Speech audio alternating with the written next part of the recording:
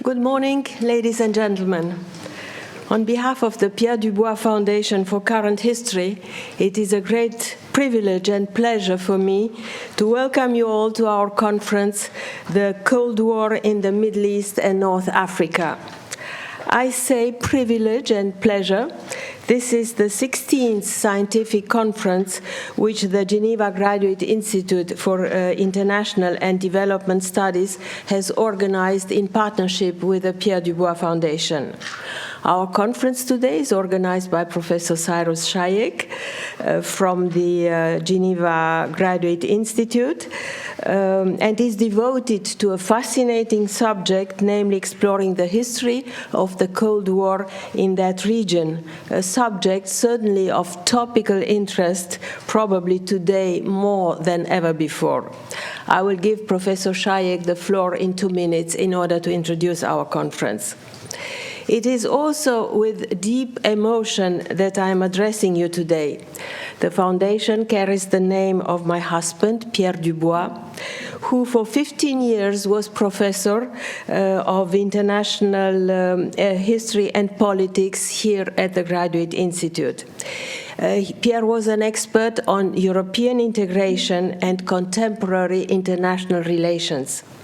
He left us prematurely, suddenly, infinitely sadly, almost 18 years ago in June 2007 at the age of 64. In keeping with his wishes, we established this foundation, which aims to promote and support research in the area of current history. We support the organization of public conferences and lectures, including this annual Pierre Dubois conference, which takes place at the Geneva Graduate Institute. We grant subsidies for research and publications. We created the Pierre Dubois Prize, awarded annually to the best the PhD dissertation in current history here at the Institute. And several years ago, in 2018, the Graduate Institute, in partnership with us, created a new position, namely the Pierre Dubois Chair, Europe and the World. Most of these activities are carried out in partnership with the Geneva Graduate Institute, and I would like to express here my deepest gratitude to Marie-Laure Salle, director of the Institute, and of course to the entire team, to their extraordinary support. Lastly, but perhaps most importantly, I am particularly happy because our conference today brings together some prominent scholars with promising, brilliant young researchers. A wide network of young researchers has formed around the foundation, united by common interests and projects. I am very impressed by their high scientific standards, their enthusiasm, and their thirst for learning and for sharing. This network aims to widen and to establish contact with our other researchers around the world. Finally, my thanks go to the extraordinary organizer and animator of this conference, Professor Cyrus Shayek from the Geneva Graduate Institute. Also, all my thanks go to Margot Gigal, who, as you know very well, has been and will be the good fairy behind our conference. Margot is a PhD candidate in the International History and Politics department here at the Institute, working with Professor Anna Ribi-Forcla as her supervisor. Her thesis looks at the French movement of future studies, retracing the emergence, development, and circulation of the prospective method in France and its former colonies. Thank you very much for coming here today. I wish you all great success with your work over the next 2 days. And dear Cyrus, you have the floor.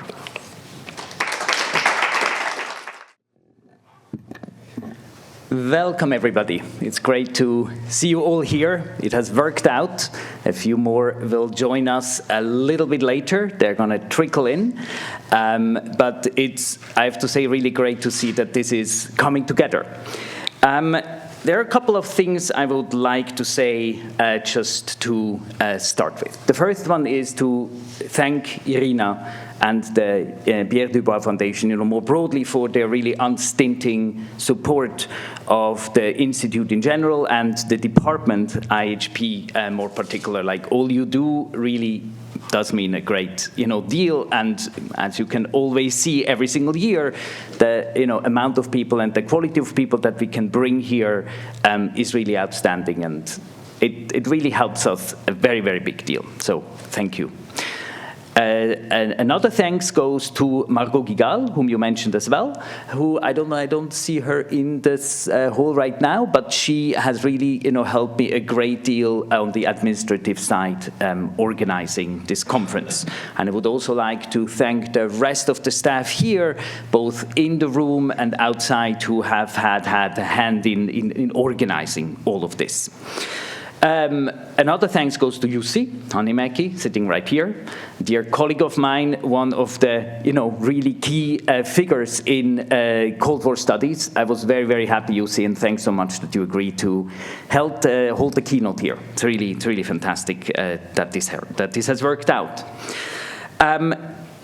Secondly, let me just say a few things, householding items, okay? In the spirit of keeping this simple and really sort of focused, I decided that we wouldn't burden ourselves with chairs and commentators. Rather, to just have the people sit. Some of us already know each other. I hope that at the end of these 2 days, everybody will really know each other well. And I wanted this to be sort of as informal as can be, right? So that we can have as much time as can be for discussion, which is, I think, really what we are here for. Second household item concerns some of the people who are missing here, because not everybody was able to come. So two people had to basically recuse themselves for reasons of sickness. That's Jovan Chewosky, basically in panel 3 today, as well as Jeffrey Byrne. They weren't able to come for this reason, which in turn means that our third panel will be relatively short today, which I'm sure nobody will really mind, because a lot of you are jet-lagged. I'm sure you're not going to kill me over this. Then there are, by my count, there are 3 people who will join us remotely, okay? And that is Lorenz Lüthi, who right now is still asleep, I hope, because he's in Canada, who will talk to us in panel 3, as just mentioned. And then on day 2, we will have Rebecca Gruskin, who is writing the environmental chapter together with Nancy here, as well as Arbella Batschlimon, who is writing the oil chapter together with Dietrich over here. The last thing I knew is that they are going to join us by Zoom, which here is called WebEx. I'm not going to get into why we have WebEx rather than Zoom, okay? Okay. Third thing that I want to mention concerns all of you. And that also involves the 2 Geneva graduate students who are here and who will be part of panel number 1. And I should maybe say something very quickly about the 2 of them. It sort of is the habit of the Pierre Dubois Foundation to bring, at the very least, some students whose work really bears on the topic of the conference at hand, and to integrate them into the conference. And I'm very, very happy that this has worked out this time as well. There were more who applied, but these 2 were really the 2 whose work is directly involved, or definitely with the Cold War, and in one case also with the Cold War in the Middle East as well. And that is Yi Liu, who is, I think, sitting here, sorry, and Michael Bakare, who is sitting right here. And they will both be part of panel number 1. The panel number 1 will be the only one with 4 participants. As we have 3 chairs and 1 person here, I think that should work out. So you'll do have a bit of Roman chairing you'll have to do here. Okay? I also, and this is really, it's a great privilege for me. I also have to say thank you so much, everybody who is here, for having sent in your drafts. I mean, this does not always happen, and it doesn't, as we know. And I should also say thank you for not just sending him some draft, but really, really good drafts. Like I read them very attentively, and this is really great material.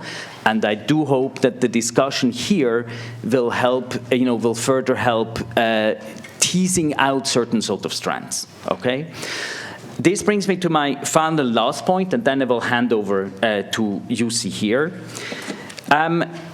It's really difficult, if not impossible, I think, to sort of I'm not going to try right now to sort of sum up in 5 minutes the gist of what we are trying to do here, right?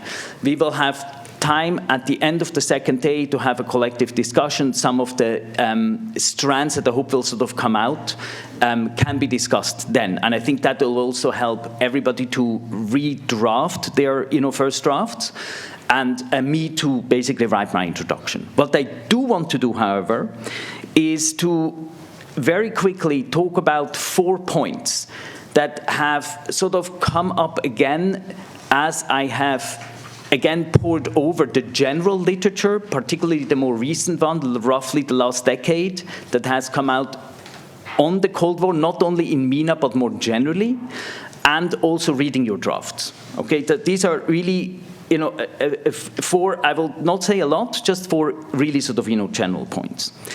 The first thing that has struck me, and I should maybe say, what has been quite interesting and intriguing for me is a discussion which Jussi took part, and it is online. I don't know whether you know this. This was the December last year Cold War Journal editorial meeting that you guys had. This is online. It's a 4-hour it's not a podcast, it's just an audio. And it's really interesting. It's very, very interesting because it sort of gives you, it's on the LSE, I think it's on the LSE website. It gives you a really good insight into where the journal is right now, which, of course, this is one of the 2 really important journals in the field. I don't need to explain this. The only one, excuse me. The only one. And it was very good material to sort of think with, like audio material to think with. So, first point that I would want to make is this question of the intersection between the Cold War and other key macro-historical processes that defined the 20th century and sometimes even centuries before, right? So I think one key issue is to what degree can we understand or should we understand the global Cold War, but maybe also regional Cold Wars, but definitely the global war in its own right, and to what degree does it explain and does it need in turn to be explained by its intersection with some other macro-historical processes. And the problem here is that there is not one, but there are multiple ones, right? So one, of course, is decolonization, which has its own timeline. I'm going to talk about periodization just in a second, but it has its own timeline, which also complicates matters further. Then there is the question of basically US imperial expansion, which has yet its own timeline, right? And it's very interesting to see, for instance, that I don't know whether you had time to read the chapters, but Lawrence's chapter, the way he phrases and frames the Cold War, for instance, is quite different from Osama, right? And I think these have something to do with the ways in which they think about the intersection between whatever is the global Cold War and other processes. In your case, it's basically US, imperial expansion, which of course has a much longer timeline, right? Yet another one would be broader processes, including the environment, right? So broader environmental, issues, to just, name a third one. So maybe these intersections with other broad macro-historical processes could be one thing that one can think about, I think, in the next 2 days. The second thing that is really, I think, in the literature on the Cold War in the Middle East, still, it's there, but it's less developed than, for instance, in Latin America, where it is super developed, is the question of basically domestic Cold Wars, right? There is, yes, the Arab Cold War, but the Arab Cold War was principally between states. In Latin America, internal Cold Wars were internal. They were civil Cold Wars. While, of course, some countries like Argentina also tried to influence what's going on in Central America, etc. This happened as well, but principally it's internal. And I think the reason it was internal is because the socioeconomic and sociopolitical domestic setup and profile of these countries, maybe also their proximity to the United States, was quite different from the sort of situation that you had in the Middle East. So you didn't have the same sort of domestic Cold Wars in the Middle East, not exactly to the same degree. You had some anti-communism, etc., but it was less, I think it was overall less important than it was, for instance, in Latin America. But I don't think that this necessarily means that this domestic scene in and by itself seen as it relates to the global Cold War, or maybe also to regional Cold Wars. I don't think that this domestic scene, hence, is not important. And I think one big historiographic challenge for scholars of the Cold War in the Middle East in the coming decade or two would be to use some of the insights that our colleagues who work on other regions, like, for instance, Latin America, with all the differences between that region and MENA, can give us, to think about internal domestic sort of developments that need to be linked to the global Cold War as well. I mean, in Latin America, this is huge now. It has been huge for the last 15, 20 years, right? And I think this is really, like, just to reading this material again, like, Tanya Harmer, for instance, just to, pick out like one name, but, so many different people, okay? Yes, I think that's sort of, one thing that I think we may want to keep in mind. Third point, very quickly, and then you see I'm only going over time 5 minutes, so it'll be there very soon. Third point is spaces, okay? A good number of you, some very explicitly, like I think Mathilde and Martin in the start of their chapter, talked about the fact that that in some ways it doesn't make sense to think about MENA as like one single region, even in the Cold War. And I think this is true. And I do think that some parts of it, like the northern tier, were really, really central at the very onset of the Cold War, like, while others became much more important only later on. So one thing that we may want to think about is to what degree it makes sense at all to think about MENA as a region like, for instance, Latin America, or like, for instance, South Asia, when we talk about the Cold War, right? The global Cold War. This doesn't mean that we need to throw, the baby out with the bathwater and that it makes zero sense. They are also it's also a shorthand, But I think one needs to keep track of this question quite a bit, because otherwise one sort of falls into a geographical determinism which may obscure sometimes more than it actually illuminates, right? To just give you one good example, right? So again, Lorenz, to pick out his paper, so I mean, his argument is that the global Cold War really totally aligns with the region and with the regional Cold War, basically from 67 to 73. But why it does so, it's basically because it aligns with the Arab-Israeli conflict. But there are tons of countries in MENA that are either not involved or only peripherally involved. So what does this mean? Just to give you one example, okay?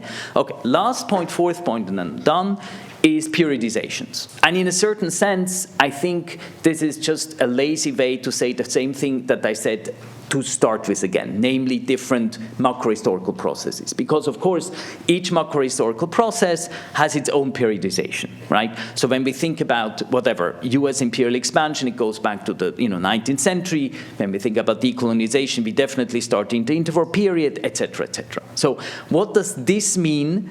What do the different periodizations that these other processes basically have? What does this mean for the way in which we conceptualize the Cold War?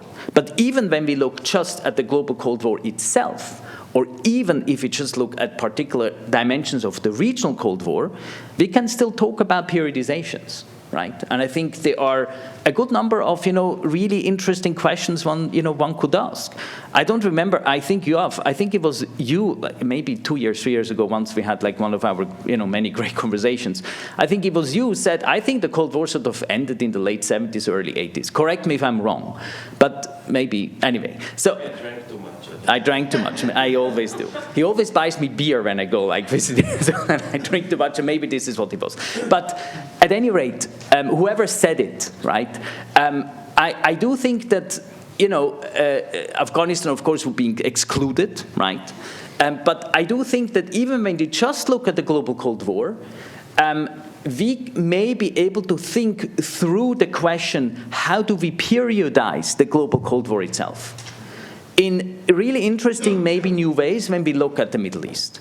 I mean, last example that I will give, and then I really am done, and over to you, see, is the 1970s. If the 1970s really was such a big turning point, like, Sargent's book, etc., like a lot of books say this now, right? If it was such a big turning point, and if this turning point was so, I mean, not exclusively, but the whole oil question was quite central to this turning point, and oil was quite importantly linked to the Middle East, then can we say something about the role of the Middle East periodizationally in how we think about the global Cold War more broadly, right? So, to sum up, welcome, and let's discuss the ins and outs and the details of these chapters. Like, let's bore down into detail, while at the same point in time, let's also try to think about these broader common questions that they together may address. Not the least, because this is actually going to help to turn the companion and its chapters into a more condensed, more tightly woven sort of book, which I think would be great. Ussr, I'm handing over to you. Thank you so much. So, thank you so much. Before I say anything else, I apologize for the spelling mistake. It was late at night, and in keeping with Cyrus's words about informality, I shall shed my jacket to begin with. But before I start, just a few words of thanks, obviously to Irina Dubois, the Dubois Foundation, and we've had not only the department, myself, have had a long relationship, very profitable one, which I think I had the honor of organizing the very first of these conferences 15 years ago, which now seems like it was yesterday, but as you know, when you get older, time goes faster. So that's what's been happening. So thank you very much. Thank you, Cyrus, for organizing it. Thank you all for sending those chapters. I had a chance to thanks to Cyrus, I had a chance to take a quick look at those last week, and this is really going to be an amazing book when it comes out and make, I think, a big impact on the field itself. I also just thank you to Margot, who managed to get this running, and I sent it at 8 o'clock this morning, so I'm very happy it's out there. It is just something for you to look at if you don't like to look at me, and my voice is, can put you to sleep. It's early in the morning, and some participants are still sleeping in Canada and elsewhere, so there we are. It's a great moment, I think, to think about the Middle East and the Cold War in many ways. Today, as you all know, the United States gets a 2.0, as they say in Trump land. The sequel, we usually think, is worse than the original, so we shall find out in the coming years what the new Trump administration is going to do. But as we all know, it will have undoubtedly some impact on the way in which what happened yesterday, which is the initial ceasefire, went into place. What's going to happen in the weeks, months, and years to come in this peaceful region in the Middle East. So I think it's a great moment. Quick word, the title, The Cauldron. There it is. Trying to come up with a sexy sexy title, which is, because all titles have been used so many times already, so I doubt this is original, but except for the spelling. But it's because, well, my daughter is into Harry Potter, so as many of you probably are, even if you don't admit it. So this is sort of the Middle East. It is a pot that keeps simmering. New ingredients, and of course the Cold War was one of those ingredients. I think one of the points Cyrus already referred to is this periodization and thinking about big processes, and the Cold War is but one short period that affects the Middle East. I think that's perhaps the general point that I would like to make in this this morning. That it's not something that truly it changes many of the alignments and issues in the Middle East and interferes in the processes already underway, and sometimes accelerates them, causes new alignments and so forth. But it is not the cause of most of the troubles and most of the challenges, most of the conflicts that we see in the region as such. And if there's any proof to that, well, of course, those conflicts tend to continue beyond what we traditionally think about is the Cold War period from roughly end of World War II to the dissolution of the Soviet Union in 1991. So the Cold War in the Middle East is it's one little moment in the much longer history of the cauldron that keeps simmering. Now I do not know how I changed the slide, but I guess it's this machine here. Yeah. Okay. What I would also say.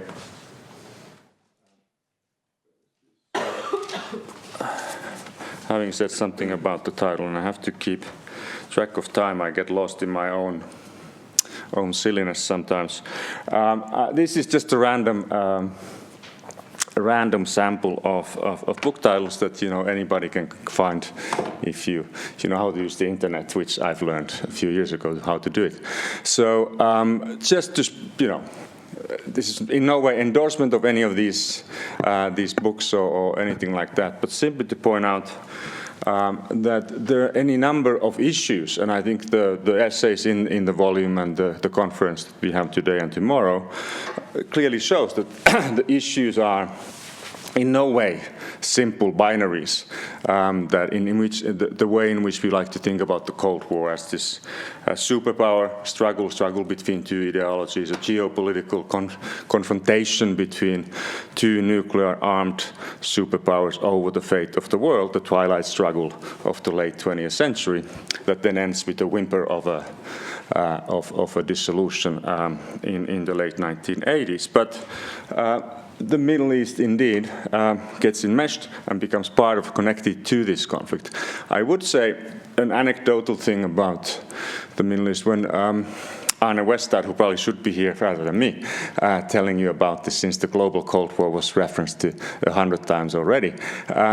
In terms of, we tried to put together a series of documents, a documentary reader about the Cold War. And we're wondering, okay, there's a few issues we want to cover. The Middle East, and so this is 2000, and we were discussing, well, there's already too many pages, so we don't want to have a chapter on the Middle East. Why would we? Decolonization, we got all these other issues, so they didn't really, the Cold War and the Middle East, yeah, they're connected, but they're not really deeply in that way. I think that was a mistake in retrospect, but it was very hard for us, semi-intelligent people, to try to figure out where the place, what is the region, what is the Middle East, Is it Arab-Israeli conflict? Is it Islam? What is the defining characteristic? And of course, there isn't one. There's a whole set of different characteristics that define the Middle East, and which, in the context of the late 20th century, with these other currents underway, there is what already referred to the process of decolonization. But of course, in the Middle East, decolonization it's not just a post-World War II phenomenon. It connects with the dissolution of the Ottoman Empire in the context of World War I, and then all the various currents that are involved. After that, there is, the introduction of the ideologies of the Cold War to the Middle East, predates clearly the Marshall Plan and the Truman Doctrine and so forth. So the Middle East in many ways is connected to all of these global currents long before the Cold War enters. So the way in which I think we often used to try to make sense of the Middle East and the Cold War and the connection is to simply ask how the Cold War, the Soviet-American rivalry, how did it affect the politics, the alignments in the Middle East itself? How did it impact upon pre-existing power struggles? The Arab-Israeli conflict being one of the obvious ones. How did it perhaps fuel new ones or ongoing power struggles within the region itself? What is the connection between the regional and the global, in a sense, or the international, if you will? Global is such a big term, I never got my head fully around it. But I think more really than we've been asking is the other way around also. Well, what about if we turn the table? Did the Arab-Israeli conflict affect the Cold War? Did the events in the Middle East, as they unfolded, have an impact on the way in which the Cold War unfolded itself? And I think those two questions are sort of the ones that I will try to address a little bit today. I confess, I'm not an expert on, there are better experts in this room on the Middle East, all of you probably, than me. I know a few things about the Cold War, having sort of followed this thing, being part of that great journal that celebrated 25 years, or is celebrating 25 years this year, and for which I think hope all of you will one day contribute in one way or another.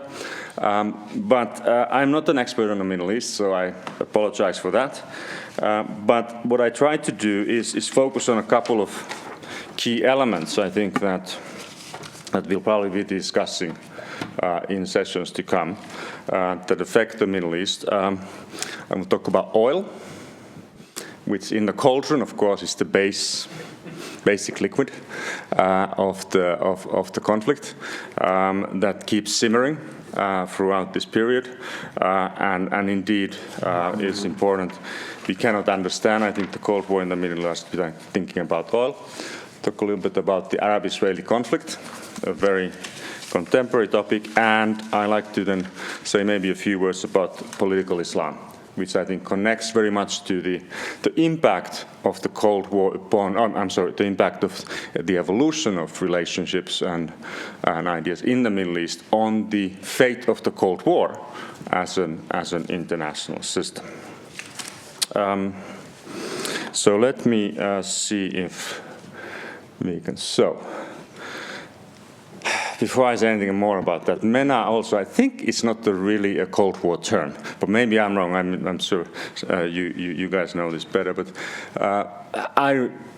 it has become very much the common usage these days. But it seemed to me that at least in the perspective of policymakers in Washington, in London, probably in Moscow as well, there was no such thing as MENA. There was the Middle East, there was the Near East.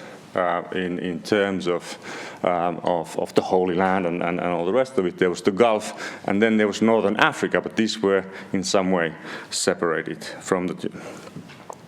Anyway, so you all know about, of course, about oil. It's made the Middle East one of the more important regions in the late 20th century in terms of having these massive resources underground. The importance of oil, of course, has been underlined in the context of World War II, which was fought very much with technology requiring abundant access to fossil fuels and so forth. The Soviet Union occupied northern Iran in order to secure access to the supply routes from there in its fight against Germany. And then, of course, after World War II, oil becomes extremely important for Western European and Japanese recovery from the world. And so in simple terms, oil is very much the fundamental element, the necessary resource to fuel a post-war world and its recovery. And it is that ultimately that makes the Middle East a significant element in the superpower rivalry in the context of the Cold War. The Middle East, the production of oil, of course, it increases dramatically in the decades after World War II. It's about 7% of global production in 1950. It is over 40% in the early 1970s. And it, of course, then in practice means that the control of the oil and supply routes is a key question of international strategy. Arguably, the first Cold War conflict is over Azerbaijan. And so why were the Soviets there in the first place? Not necessarily to push the ideological expansion of communism, but rather to secure access to the to oil resources in the Middle East. We could say that the 1953 coup in Iran, of course, has something to do with the British and American companies controlling oil access and wishing and not being too happy about the project of nationalization by Mossadegh and so forth. The Suez Crisis of 1956 is probably not about the British government being concerned about Nasser's arguably fascist tendencies or communist tendencies, but rather about the access, the control of the supply route that is the Suez Canal. So oil, in a sense, is as a consequence kind of a not only important, but it is for the countries that have it. It is an asset, but it's also, of course, a curse. It does invite, inevitably, external interventionism, external influence to this. Now, what I think in terms of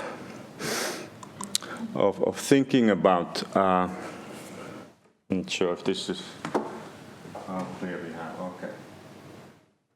So the other part of the oil business, of course, is that oil.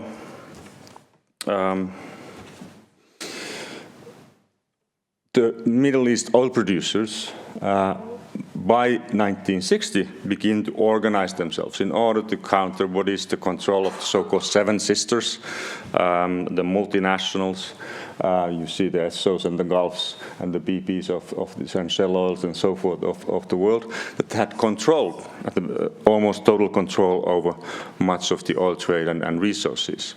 So OPEC is created in a sense as a counter, or is clearly created as a counter to this. OPEC, of course, has its own history and that runs a long time. You see here the list of countries, the original founders, which are Iran, Iraq, Kuwait, Saudi Arabia, and Venezuela. I think everybody probably knows all of this, but it then has been joined by others since then. And this, in a sense, is if you think about the regional clout of the oil producers and their ability to weigh into international affairs, and the ability to perhaps stand up to some of the influences from the outside coming from particularly the superpowers. The oil gives them the asset or gives them the resource that is needed. And ultimately, of course, where we come to is the oil crisis initially 1967, which is not a very successful attempt to sort of squeeze or have an impact internationally, but 1973 after the start of the October War in the Middle East, and then of course in the late 1970s.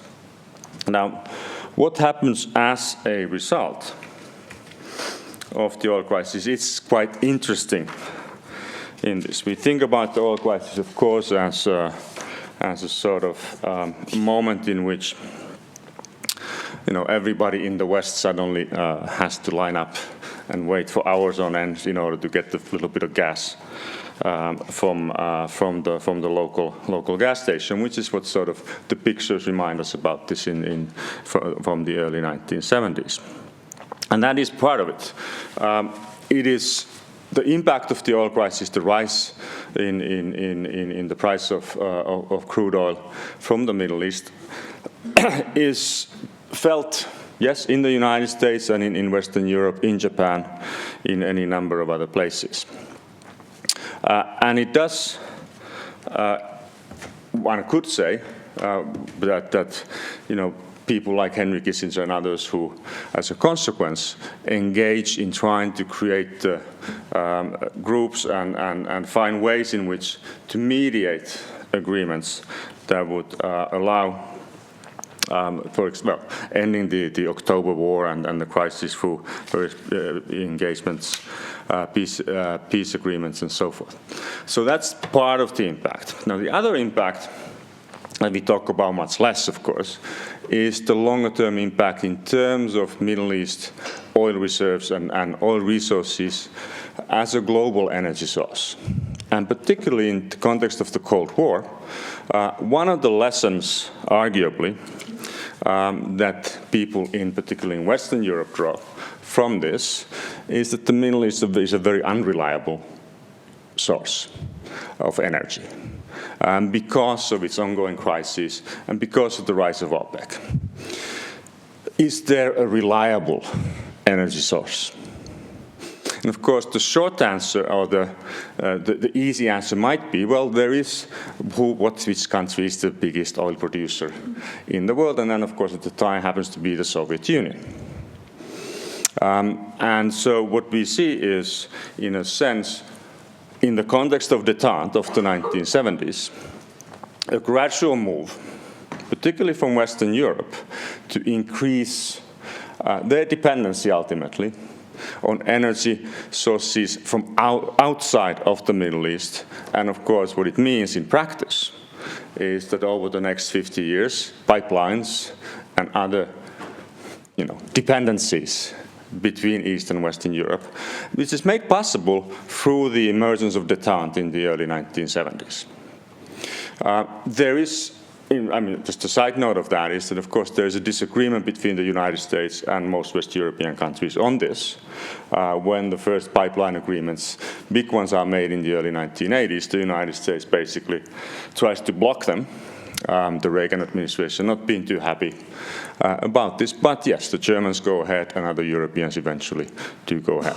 So what we see, the perhaps unintended consequence in some ways of the OPEC oil crisis or of the 1970s is a sort of fueling European détente, fueling increase in East-West trade, and ultimately fueling the increase in terms of the West European dependency on not only oil, but of course increasing the natural gas resources of the Soviet Union, and then, yes, later on, of Russia itself. Now we can then discuss the long-term, consequences 50 years after the OPEC oil crisis of what that evolution means in the context of Ukraine and other things. But maybe that goes a bit over the issue we have here. So I'm going to move on to the next topic, which is the Arab-Israeli conflict.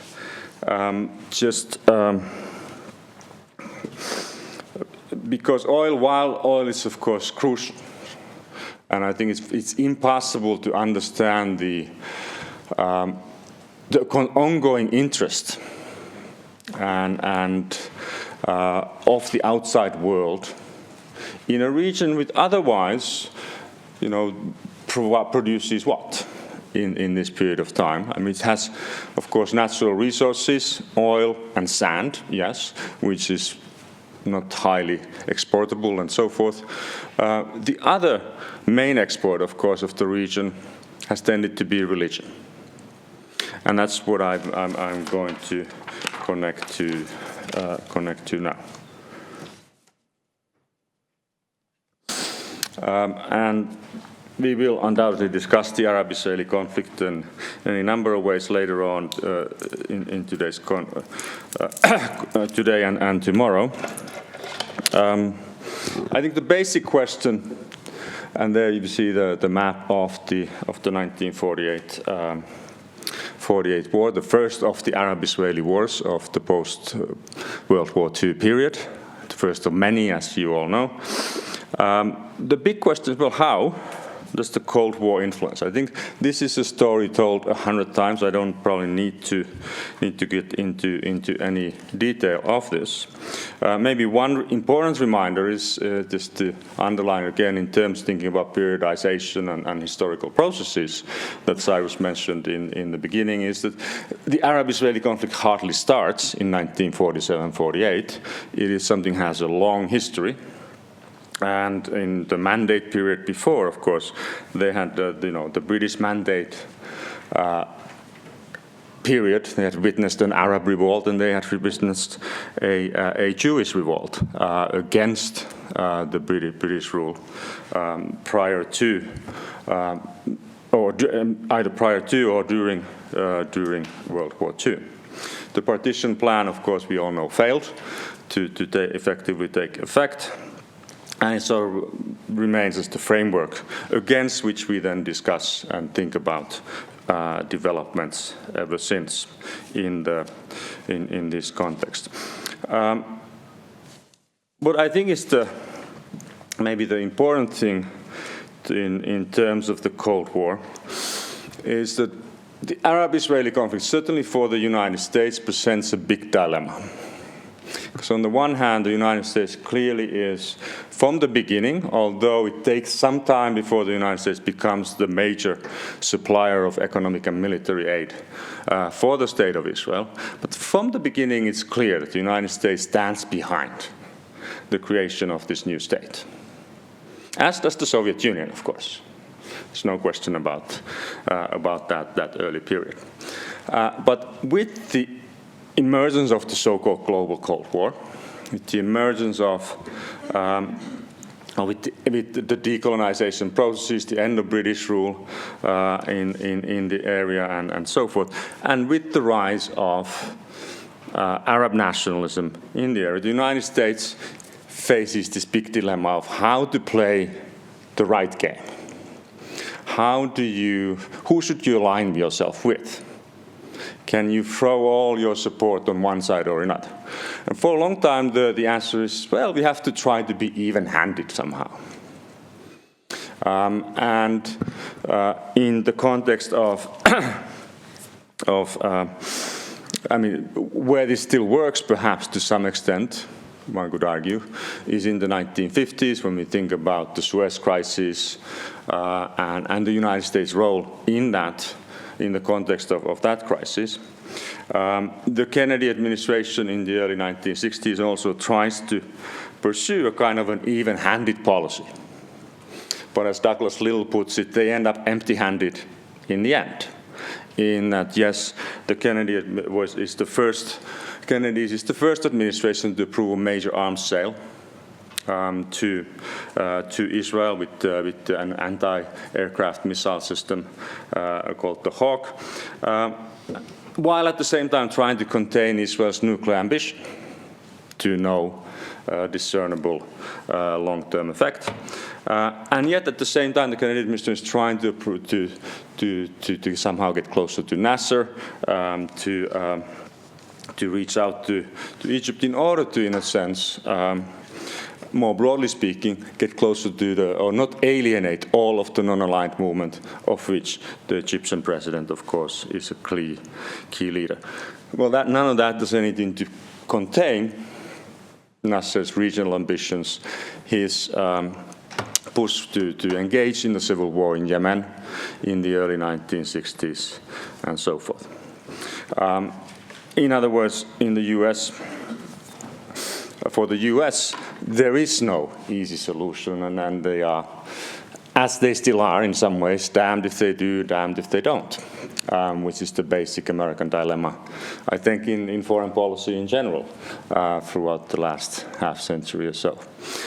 Where it ultimately, in the Middle East, what it ultimately means is that the United States, and Cyrus made a reference to the point that Lawrence Luthi, for example, argues that in this period of 67 to 73, roughly, when the Arab-Israeli conflict, it sort of heats up totally, when there is the 67 Six-Day War, which results in the map that you see on the left, when there is the 1973 October War, that then results in the United States, Henry Kissinger and his wonderful shuttle diplomacy approach,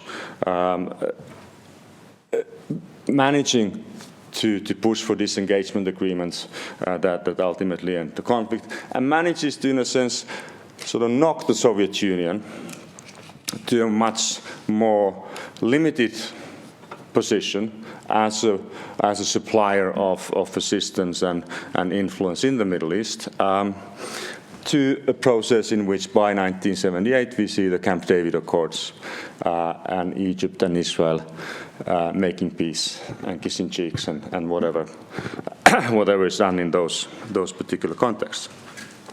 What we see in this period, in other words, in this, and yes, perhaps it is the period in which the Cold War is sort of clearly felt as part of the Arab-Israeli conflict. There's no question about that.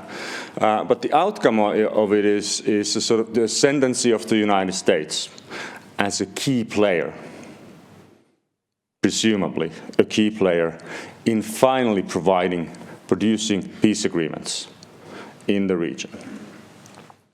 And that's where we are 50 years later, one could say. We're still in a world, in the assumption that the United States has somehow the key to negotiating, pushing for an agreement, because it has played a key role once, is still the assumption.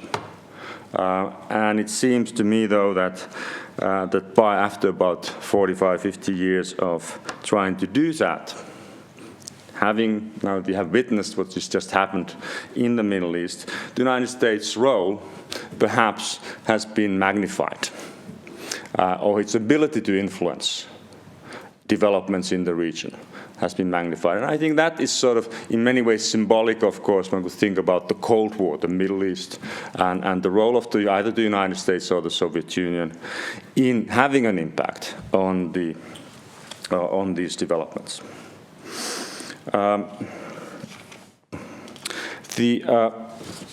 Having said that, the October War and the Camp David Agreement, I think they also clearly sort of indicate, with this American ascendancy, also tends to indicate that in terms of the Cold War, the United States, at this moment in time, clearly gravitates towards being the dominant power in the region. And some of the examples of how this happens is, for example, in the early 1980s, the creation of the CENTCOM, the Central Command, and other elements. Now, to understand that development fully, of course, we need to turn to the third issue that I wanted to talk about. There is obviously the last slide, which shows Yasser Arafat. The problem with the so-called peace process is that for a long time, and persists, that for the United States, what is left after the 1973 war in terms of the Cold War is the Soviet Union has been kicked out of Egypt as a consequence, but they still support Syria, and they continue to support the PLO. And of course, the PLO is then branded as this terrorist organization surely for the remainder of the Cold War. And the peace process basically stops there. That on the one hand, the United States is not willing to push Israel for too many concessions, and while the Palestinians are unwilling to sit down and to, in any serious negotiations before there is some acceptance of their legitimate claims and so forth. But let me move to the last point, since time is always pressing, and that's where the sort of the reference to the or the idea that the Cold War really does not matter in the Middle East is the clearest in some ways, in the rhetoric of Ayatollah Khomeini and the Islamic Revolution in Iran in the late 1970s. Neither East nor West is the basic point that Khomeini makes in his throughout his writings, and instead of East or the West, instead of the capitalism and socialism, was clearly sort of Western or global North ideas, if you will. Islam is the answer to the region's troubles, as Khomeini puts in a speech in 1980. What we must do is repel the treacherous superpowers from your. You must do is repel the treacherous superpowers from your countries and your abundant resources, and restore the glory of Islam. Attack those who are infatuated with the West and the East, and recover your true identity.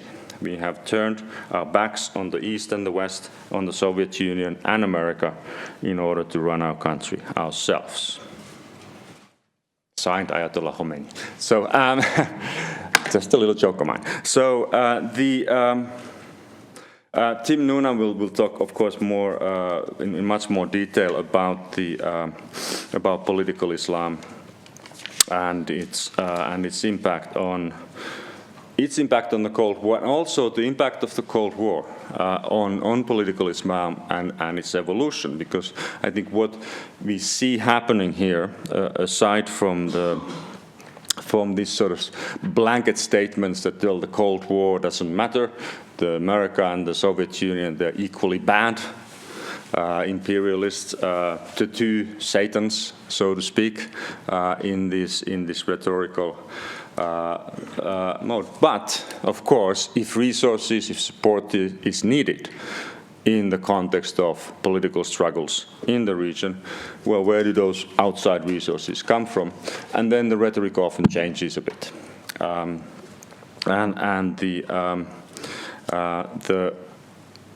Perhaps the clearest example, then, and this will be my penultimate slide here, is that the other 1979-1980 story, of course, is in the region is Afghanistan, which in no way in 1979 is sort of hotbed of necessarily of political Islam, but what happens in the context of the Soviet invasion and the emerging resistance to the Soviet occupation, the millions of refugees that go mainly to either Pakistan or Iran, the camps that are set up, and the recruiting of the resistance that is rampant in the camps, whether run by UNHCR or other entity. This becomes sort of recruiting grounds for what will then be called freedom fighters in the United States. In the Reagan administration. Now, I have this one quote there from February 1980, and it's a quote from one of Zbigniew Brzezinski's advisors. Basically, what Thomas Thornton, who was basically warning to say that, well, hey, wait a minute, these guys. They're not going to just simply line up and do as they're told. What is likely to happen that these guys they are, as Thornton puts it, they are a pretty ugly bunch. First, and what becomes clear is that there's hundreds of these groups. It's impossible to sort of say that, these are the good guys versus the Soviets who are the bad guys. It's not like the James Bond movie that is made with Timothy Dalton and so forth. That's not the Mujahideen that emerges in the 1980s.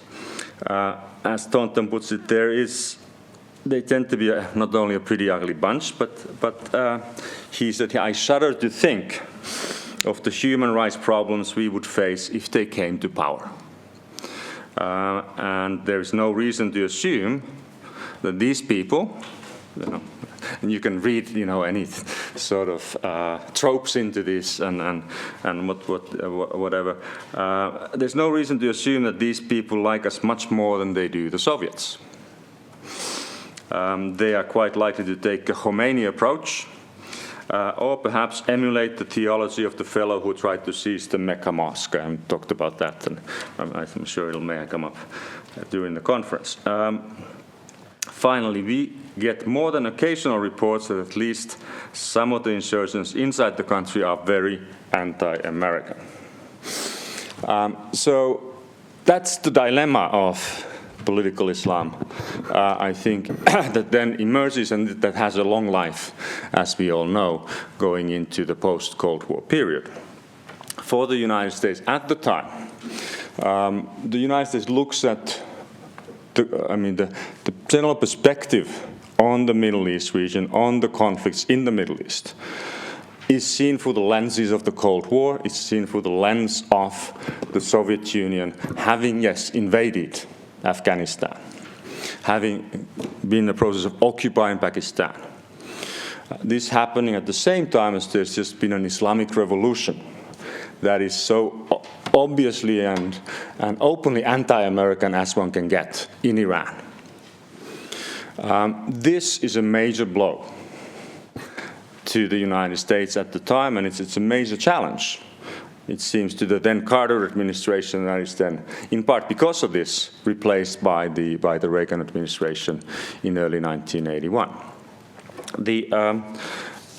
And the way things look, there's a very simple logic. What really matters here for the United States is how this plays out in the Cold War. How is this going to change the dynamics of the Cold War, in which the most important ingredient when it comes to this region is not the ideologies or the ongoing power struggles within the region, but it is to secure the basic ingredient in the cauldron, which is oil. And so, of course, the outcome of that is the Carter Doctrine. It is to say that, the basic Persian Gulf region is as American as apple pie, if you will. It is something the United States is willing to fight for. And while, we can debate the reason why the Soviets went to Afghanistan has very little to do with the oil resources in Iraq or Kuwait or anywhere else, but it's in many ways a defensive move on the part of the Soviets. But the logic that takes over is driven through these basic assumptions of the Cold War, that the Cold War really, that what really matters ultimately is the Soviet-American struggle. And therefore, everything has to be calibrated to meet the challenge emerging that this Soviet invasion represented in 1980. And so political Islam became a tool, in some ways, for the United States, or seen as a tool of resisting Soviet occupation.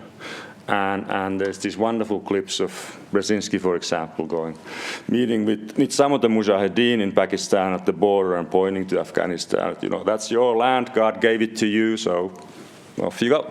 And so these wonderful clips that we can find. Okay, listen, I think I'm running out of time here, so I'm gonna try to come up with some kind of concluding remarks. I think going back to the political Islam, just one very, very quickly. Of course, what it broadly speaking means, what the message of the so-called Islamists, whether in Iran, in Afghanistan, or elsewhere, is that yes, in the end, the struggle, the twilight struggle of the Soviet Union, the United States, capitalism, socialism, really doesn't matter. It's for others to fight. It is not our fight. Our fight is something very different. So it's a sort of, at some levels, a sort of a wholesale rejection of the Cold War as the basis for an international system, at least in the Middle East region. So, in terms of conclusions, I guess a couple of things I just maybe want to say. That obviously the Middle East was affected indirectly or directly by the ideological and political struggle that we call the Cold War. It was a region that was rich in strategic resources, particularly, of course, oil. And at the same time, it is, of course, as we all know, and we'll be discussing in the next couple of days, a home to a very diverse array of cultures, political system, religious beliefs, and so forth. And in that sense, it almost inevitably, those struggles became affected by the Cold War rivalry in one way or another. But the Middle East Cold War was not something that the superpowers could easily control. Oil could be a curse. It was also a tool of independence and influence for the local players, particularly from the 70s onwards. The oil-rich states of the region could escape the Cold War. They could pursue their independent, or with their OPEC, perhaps collective agenda, vis-à-vis the former dominant players in that in the oil business, so to speak. The Arab-Israeli conflict commanded and continues to command, of course, the world's attention. Perhaps a bit too much, one might say sometimes, but it was influenced by the roles that the United States and the Soviet Union played. And yet, both the Israelis and the Arab states, Palestinians included, that were involved in this conflict, never lost much of their own agency in the game. Even as American and the Soviets may have preferred peace and stability, they could not provide that. And ultimately, of course, the rise of political Islam, which influenced the Cold War, or was influenced by the Cold War, also, as many of the speeches by Khomeini and others indicate, made sort of mockery of the very idea of a world divided into these two blocks. So in essence, the Cold War obviously impacted upon the developments and evolutions of the Middle East. Yet more often than not, it seems that the Cold War was simply another ingredient in the evolution of a region, an ingredient that may have exacerbated some conflicts while containing others. But the Middle East also, and the developments in the Middle East, impacted the course of the Cold War, as the influence of oil and the resistance to being drawn into a straightforward binary game indicated. So, in short, the cauldron of conflict, with an A, was constantly boiling during the Cold War, in part because the Soviets and the Americans were ready to add new ingredients into the mix.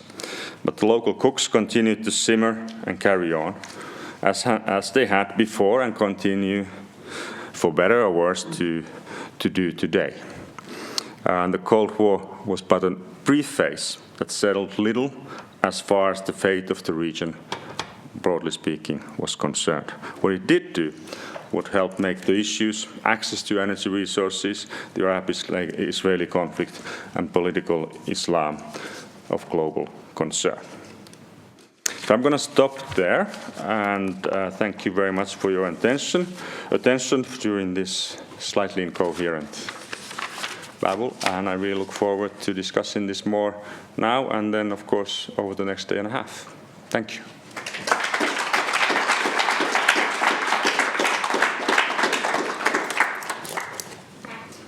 Thank you so much. So we open for some questions and answers. Questions, no answers. Questions, no answers.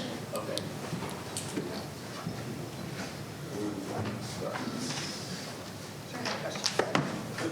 Yeah, thank you so much for starting us off. Nancy Reynolds from the environment angle here, but I wanted to do a scholar. Oh, sorry. Thanks. Okay, can you hear me better now? Thank you so much for starting us off. I'm coming to listening to this talk as a scholar of 20th century Egypt. My contribution here is about the environment, but I just wanted to follow up and ask you if you had any thoughts about, your point about political Islam rejecting both East and West. It seems to me non-alignment tries to do the same thing, and I wonder if you see, obviously there's a lot of playing within the boundaries. I mean, the boundaries kind of define the path of being neither East or West, but whether you see anything between non-alignment and political Islam as a continuity or differences there. So I think the short answer probably is that the non-alignment is the sort of the natural home for any country rejecting the Cold War as the sort of as the dominant binary or the eventual binary that you have to take a side on in either way, which is why we see the growth of the non-aligned movement in terms of the number of countries joining is dramatic, and of course the non-aligned movement still exists today. And that's one part of it. The other part of it is that the problem with the non-aligned movement that it remains a movement, and so it doesn't really, to me, beyond some of that sort of rather general rejection of, the significance, the importance of this twilight struggle that we call the Cold War as the major aspect of internationalism. Beyond that, it doesn't really have a program.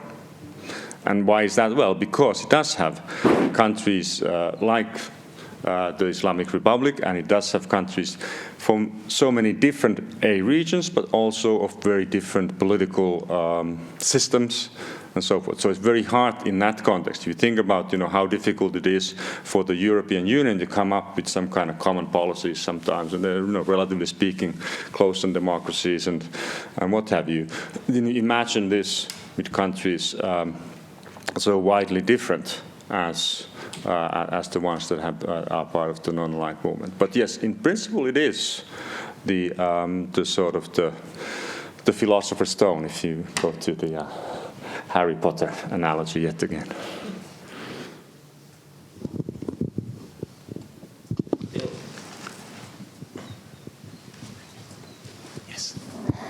Thank you. My name is William Figueroa. I tend to go by Bill.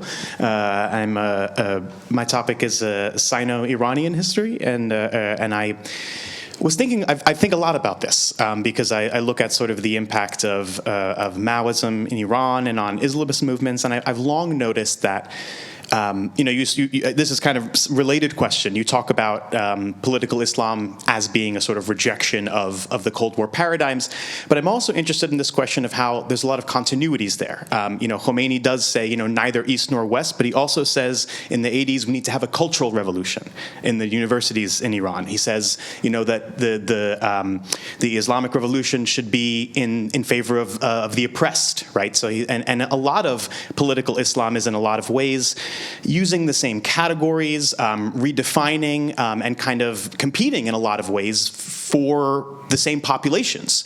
So I'm curious if you could just talk about how we can also see continuities and maybe push back a little bit against this idea of political Islam as a complete break with Cold War paradigms, especially when you think about the kind of rhetorical similarities and even resorting to reading old, communist militant texts when it comes to modern movements like ISIS and other political Islamist movements. So yeah, I'm just curious about that. Mm-hmm. No, that's so. Thanks, Bill. That's a very good point, and I think, the reality is that we could also say that. Well, what about the early church, or what about every successful political movement, in one way or another, has to appeal to the so-called masses, right? And so I think there's no question that you will find similarities with, and also I think in terms of the Islamic Republic and then the People's Republic, one can think that, so we've had in both cases a revolution, They're 20 years apart, no, 30 years apart, sorry. And so what happens after revolutions, successful revolutions, then they move to some kind of phase of consolidating power. And that requires a certain degree of support from the so-called masses again. And I think so that's where you see, the sort of similarities in terms of rhetoric. How do you appeal to the common people? Islam is a religion that is going to, solve poverty, solve all these kinds of problems, in the same way as communism is an ideology that will solve those things. So I think, yes, you can find these similarities.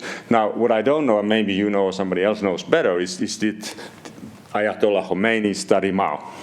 Or study Lenin very carefully in order to find, or something like that. I doubt that very, very much.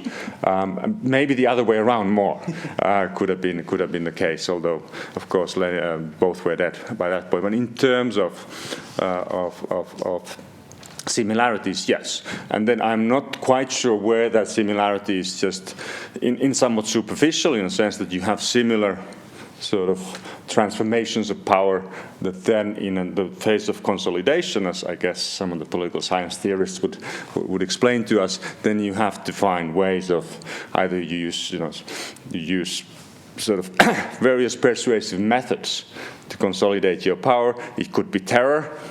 The guillotine might come out and be very helpful in this, or how do you build a power base and support base and so forth, and it could come through other. But in many ways, you do need popular support in one way or another.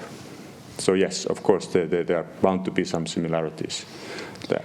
I can tell you quite clearly, definitely, that Khomeini did not read Mao very carefully. Yeah, no, but others did. Ali Shariati and other members of the Islamic Revolution certainly did. Sure. So yeah, very interesting. Thank you. Thanks.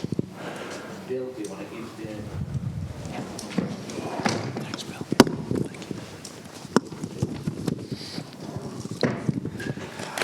Hi, Ussr. Thank you very much for your paper. My name is Martin Thomas. I'll be speaking later about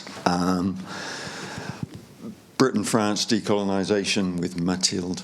I suppose my question really is about rights and whether, picking up on what Cyrus was saying in the opening remarks, you see any way in which MENA peoples, MENA societies, in effect reshape the Cold War because of the nature of the rights struggles going on across the region, or whether that, in a sense, that's, in a global perspective, not distinctive.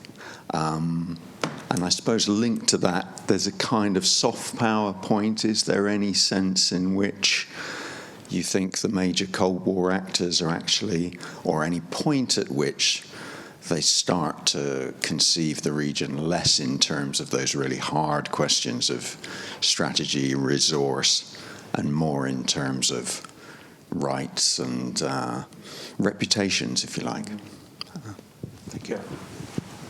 I think thank you very much. I mean, that's a really, really good point. I think the easy way out of your second question is that, and I think to combine the question is to say that yes, that rights have become important, but they are considered, and the soft power elements are considered sort of luxury things.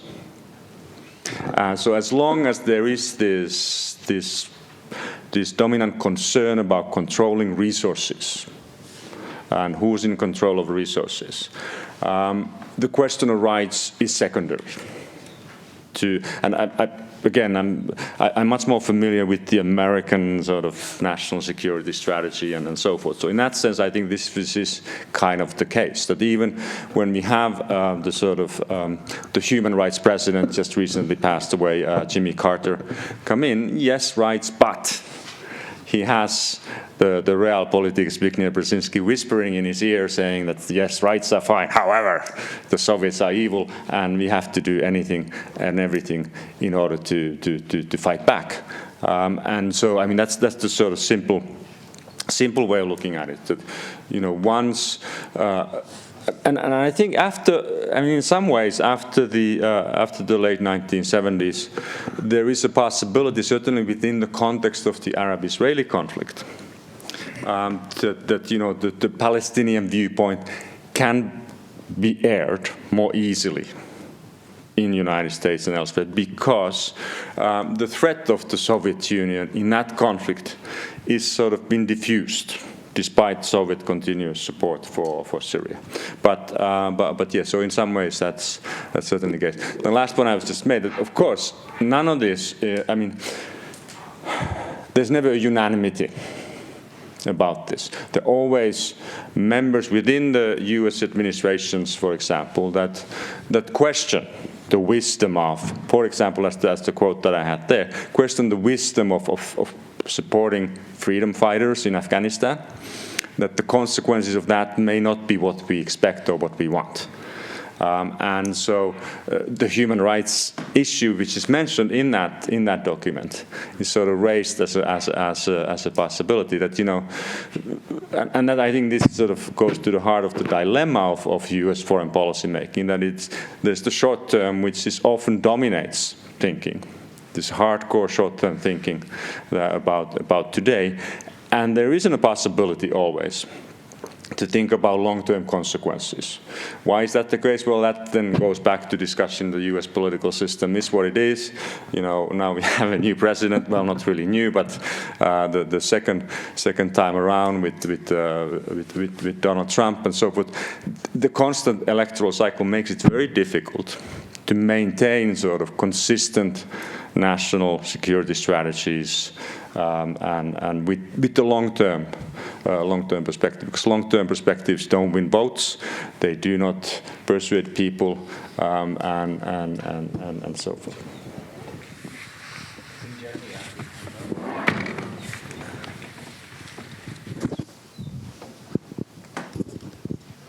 Thank you, Ussr. Jeremy Pressman from the University of Connecticut, and I apologize for my voice today, a little cold. One thing that strikes me about the Arab-Israeli conflict is the restraint or the almost conservatism of the United States and the Soviet Union, both when it comes to wartime, both opposing the 1956 war, the United States trying hard, I would argue, to stop Israel in 1967, failing and kind of giving up at the end, but making a major effort nonetheless. In 1973, the United States telling Israel not to launch the war first. And the Soviets also, at least arguably, having a reputation for coming in late and more limited than many of their Arab partners would like, and maybe that being at least, and I defer to my colleagues who are Soviet experts, but maybe being part of the explanation for the Egyptian shift away from the Soviet Union. And I'm just wondering from your international perspective on the Cold War, is that something particular to the Middle East, or is there some way in which, as much as we talk about all the war and aggression and expansion that the United States and Soviet Union talk about, did they nonetheless, maybe in the Middle East or more broadly than the Middle East, play some kind of role, at least attempt, to dampen and control regional actors who had more aggressive expansionist designs? Mm-hmm. Thank you. Yeah, I mean, short answer is yes. In terms of it seems that on both sides, and the Cuban Missile Crisis, of course, is the classic case of restraint as a sort of, every textbook and so forth, in which the danger of nuclear war sort of contains or causes the superpowers to step back, in a sense, make a deal, not to risk the worst possible scenario. And I think that is the sort of general thinking about, and that's why we call it the Cold War, right? So because it remains cold, and except in so many other places where it is hot, but between the United States and the Soviet Union. So I think when it comes down to a question of, and I think the problem, the issue with the Arab-Israeli conflict is that it is an obvious potential lightning rod for a serious conflict. And we know about, the possibility, the considerations about, the 1973. There's these discussions, of course. This is when Nixon is a bit harassed by the Watergate scandal already, but he is sort of in his less sober moments thinking about, well, let's take the big one out to make a point and so forth. So there are these moments when certainly crises like the ones in the Middle East could result in a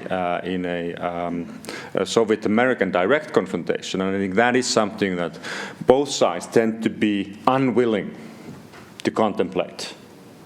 They often go almost to the brink, but yes, if we see in terms of the direct confrontation, really does not happen, and I think that's where the Middle East. It's an example of, among others, I think, in terms of where constraint, self-containment, if you will, is in some ways is evident on both the American and the Soviet side. In the Middle East, of course, then probably one of the arguments on both sides would be that, well, what's in it for us? What are the costs and the benefits of if this gets out of hand, so to speak? What would be the costs and the benefits of us? And it's hard to see the benefits in any real terms. So there are certain limits, and they are often. Obviously, these are not. It's sort of like the ancient science of Kremlinology, where you would project. What is the Soviet leadership thinking? Well, this is sort of the fact that there wasn't a conflict is very difficult then to analyze why this is the case. Is there sort of this noble thinking that we don't want to bring the world to a total disaster, or is it something else? It's self-preservation.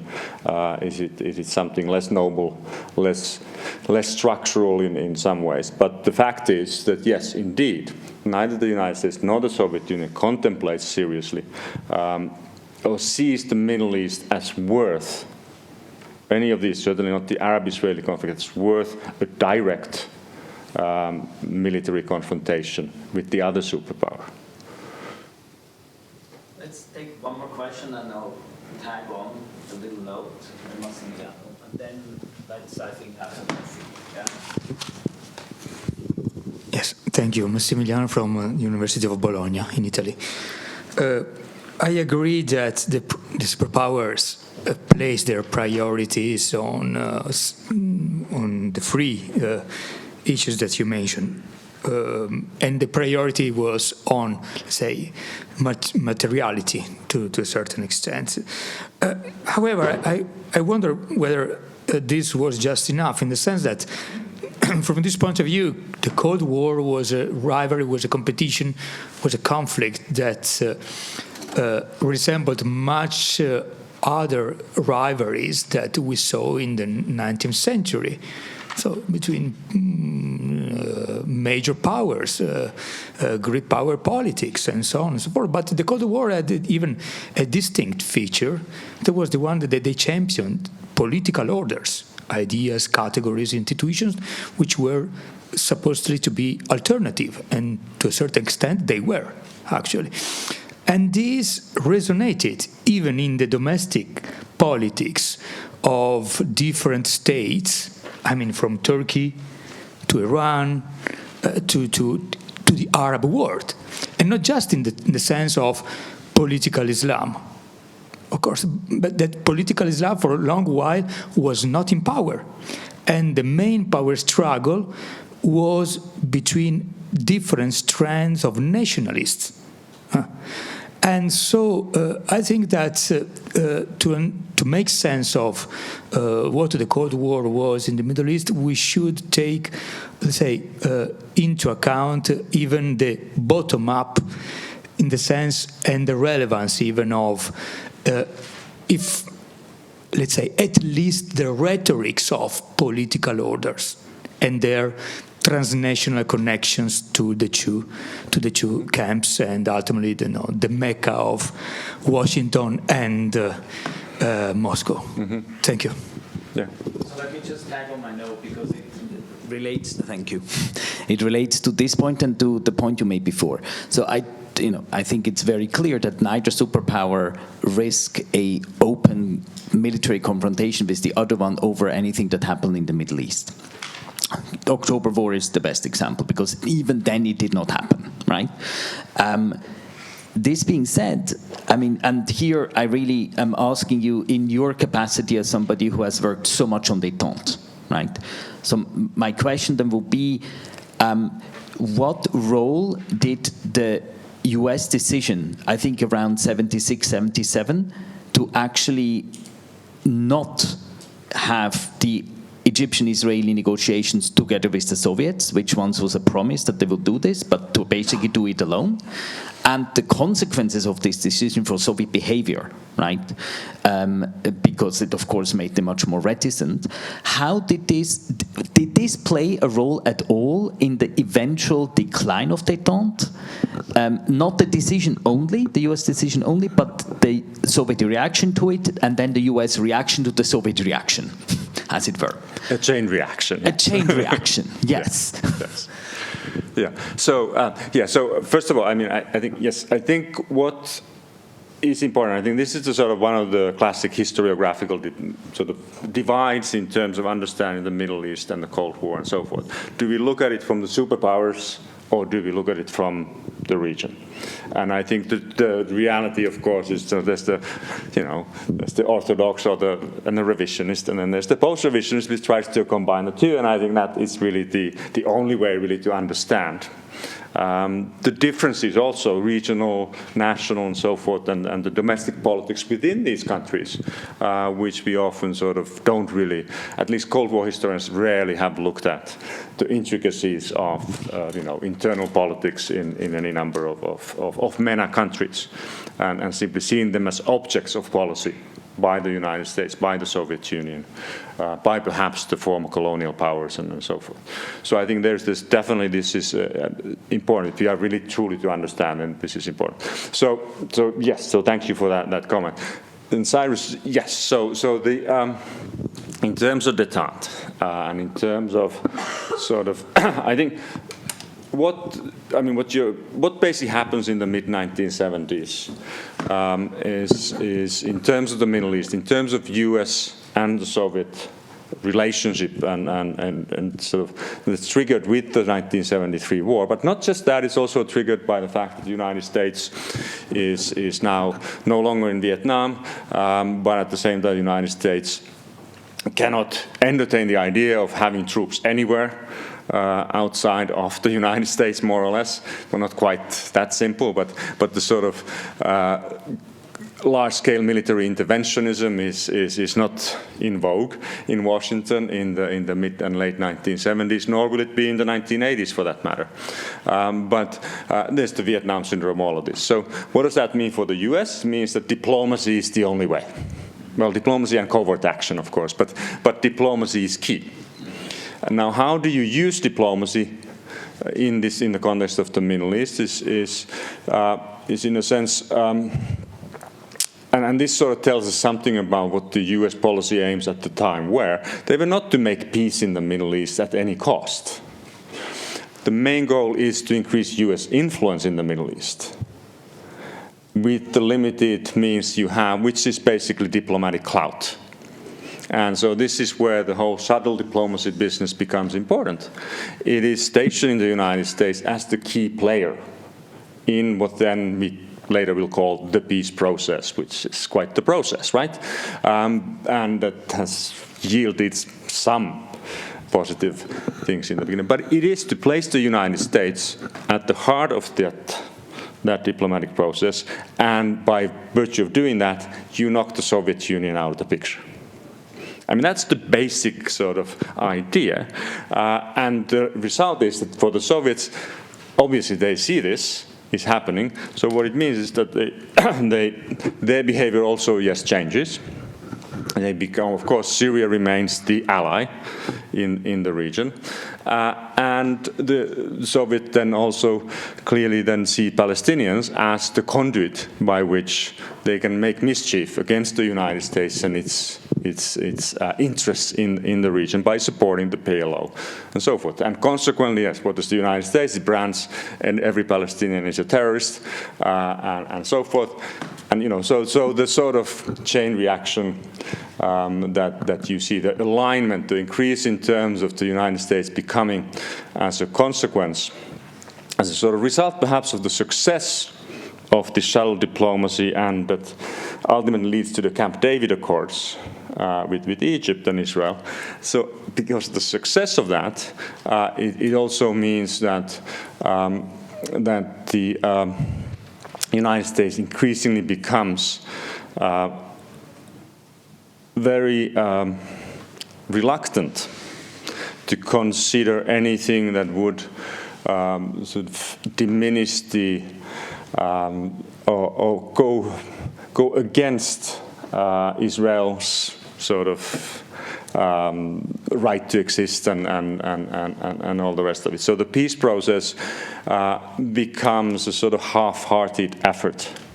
But I think ultimately it's important to remember that the United States did not enter this process in the 1970s thinking that that peace was really possible necessarily for the region. What the main goal was really to enhance the American role at the time when the United States was seemingly under all kinds of moments of decline, with Vietnam ending up in a rather miserable way for the U.S. With domestic problems with Watergate and all you have. So yes, I think, I don't know if that fully answers your question, but we can continue. Yes and no. And sorry if I add one here, and then we can close. So it is. I'm asking this question because I think it may be an example that is of broader relevance to the conference as a whole. But the question really was, what was the effect of this US-Soviet chain reaction in the Middle East on the global Cold War, on the end of détente? What is the relative weight of this? Did it matter a lot? Did other developments in Europe matter more? Like, what can we say about the relative weight? Sure. Here. Yeah, so I think one of it has some weight. It's not the only explanation for the decline of détente. What I would say that it's an example of, in the early 1970s when détente emerges, there are all kinds of negotiations, discussions. There's something the Soviets consider very important, which is a document in 1973 in Moscow, which sort of sets out certain rules of behavior and so forth. The idea is that you don't seek unilateral advantage at the expense of the other superpower. Now, this is exactly what, however, is happening in the Middle East. But, of course, it's not the only place where this is happening. It's not only the United States that is guilty or responsible of breaking that kind of agreements. But it is part of the process. And what's interesting is that it's part of, I think it's one of the important elements in the decline of Soviet-American détente. But you have to remember that détente is bigger than that, and the European side of détente sort of, perhaps in part because the Europeans need the gas and the oil and so forth. Perhaps because of that or other reasons, that process continues. But the Soviet-American détente certainly is hurt by this. It is also then, of course, domestic politics in the United States are important in understanding what happens in the late 1970s. In this regard. Yeah. Thank you so much. Thank you.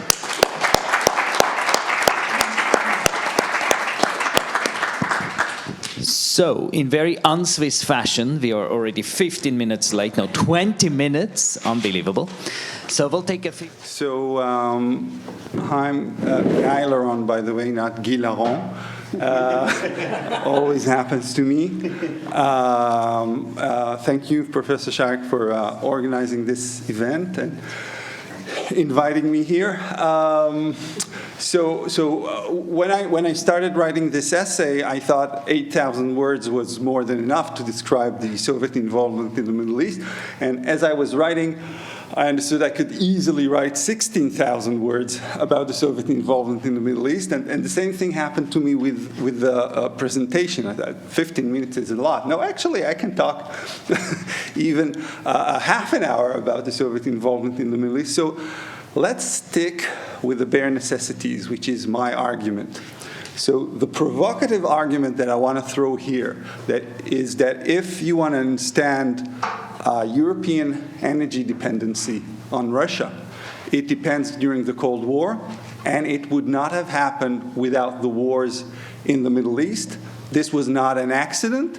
It was part of a deliberate Russian-Soviet design. This is what they do. They wanted to manipulate prices in the oil market by creating scarcity, and also convincing the European allies of Washington to buy oil and gas from the Soviet Union and ignore or break the embargo on Soviet goods. So, yeah, and now in detail. My argument is that the whole thing goes back to previous ancient trade routes. What you see on the map is Eurasia, the Eurasian landmass. My claim is, in the book I'm writing, is that Eurasia's gas station is located between the Persian Gulf and the Caspian Sea Basin. Okay, so in that particular region, which is quite focused, many wars happen, and they occur not just in the region itself, but on the axis leading to Eurasia's gas station. So, yeah, well, we'll ignore that. The ancient trade routes I was referring to is the Silk Road. It's a horizontal axis moving from east to west, and as you can see, it bypasses Russia. Okay, Russia doesn't like that. Okay, part of Russia's war throughout the centuries were about making that trade route connecting east and west go through Russian territory. So what the Russians are thinking about is the ancient road from the Varyags to the Greeks, that is, from the Scandinavians to the Byzantine Empire, but it's also a road from the Varyags to the Arabs through the Caspian Sea.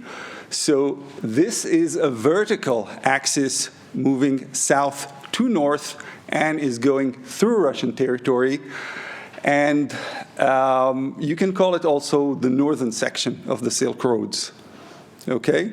To make sure that goods would go through Russia, Russia has to block the horizontal axis of the Silk Road. And the same thing happens with regard to the supply of oil from the Middle East, oil already mentioned in the keynote speech.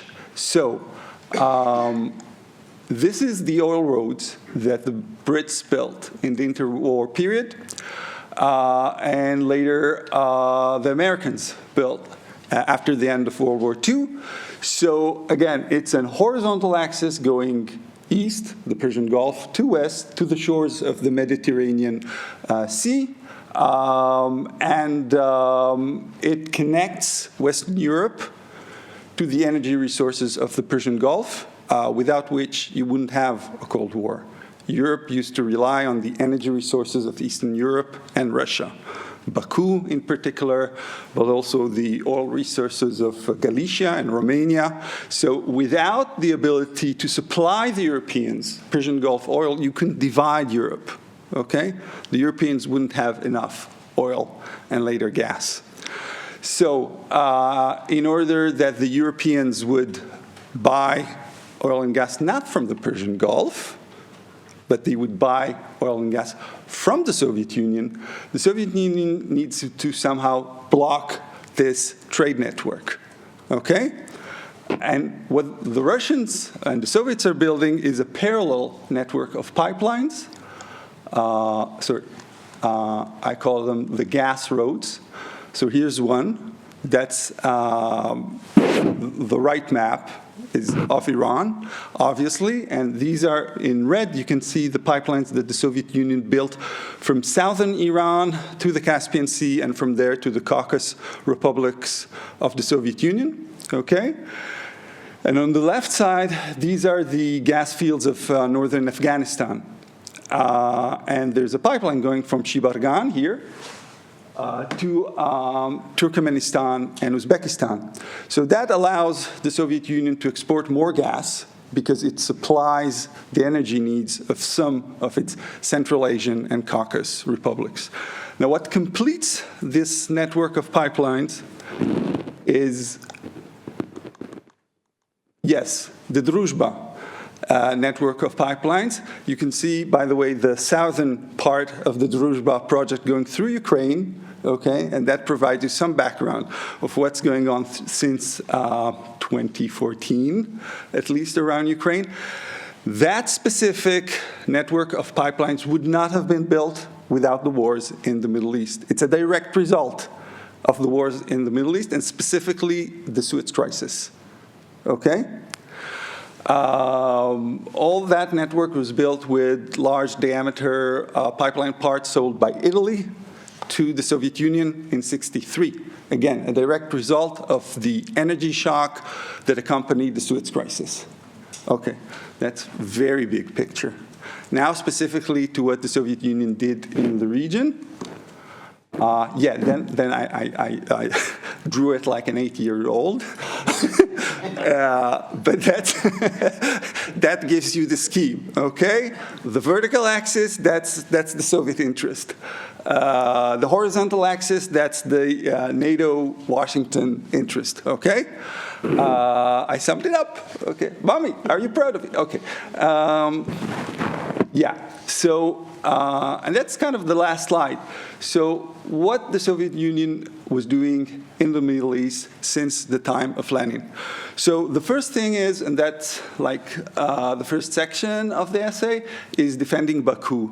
That's the mission of Lenin, and then the first part of Stalin's term. In 1920, because of the energy famine in the Soviet Union after Russia lost Baku to white forces, and then the British Army, and then the Ottoman Empire. And Baku was moving from hand to hand like a hot potato during World War I because it was such a big prize. So around 1920, the Soviet Union conquers Azerbaijan. It also invades northern Iran to protect Baku from white army forces in the Gilan province. For a short while, there's even the Soviet Socialist Republic of Gilan until the Soviet Union withdraws from northern Iran. After it makes sure that it's in safe hands. Next, the Soviet Union conquers Georgia because it's an outlet for Baku's oil. It gets out of Batumi. And then, after you got the oil from Baku through Georgia to the Black Sea, you want to make sure that the Black Sea Straits are in neutral hands. So that's why the Soviet Union arms and funds the army of Kemal Ataturk to make sure that the Greek proxy of Britain and France doesn't hold at least part of the Black Sea Straits. So the Soviet Union massively arms and funds Kemal Ataturk so he would win the Turkish War of Independence. So oil becomes one of the most profitable items that the Soviet Union exports in the interwar period until it disappears around 1938 from the oil market because of growing domestic demand in the Soviet Union. Then Stalin needs to defend Baku during World War II from the invading German army. Okay, one of the things that one of the main things that Germany hopes to achieve in Operation Barbarossa is to conquer Baku and solve its chronic oil shortage during World War II. So then Stalin repeats kind of what Lenin did. So he conquers the north of Iran, this time in coordination with Great Britain. And at the end of the war, he refuses to withdraw from northern Iran, although Stalin committed in writing to do that. And also, Stalin demands military bases in the Black Sea Straits. And when he meets pressure from Britain and the US, he backs down from those demands. But he has his revenge 2 years later when he supports the creation of Israel. You see, yeah, I got it. You see the red line at the left slide? That's that line, okay? That's the massive pipeline that the United States is building from Saudi Arabia to the shores of Haifa. Okay, that was the plan, to end tap line in the Gulf of Haifa. It's a natural outlet, good harbor, petrochemical industry there already, built in the 30s. But the thing is, if there'll be a Jewish state around the Gulf of Haifa, the Saudis will not agree that their pipeline would end there. So Stalin, by the way, knows about oil, cares about oil, wrote the first oil development plan of the Soviet Union, cares about exploiting the oil of other countries like China and Austria and Iran. So, and also he follows the New York Times where all of this is being published at the time. So Stalin supports massively the creation of Israel, diplomatically, militarily, also in the immigration angle. I can expand on that later. And then the tap line is, the completion of tap line is delayed in a few years, and then it passes through the Golan Heights and Lebanon. Okay.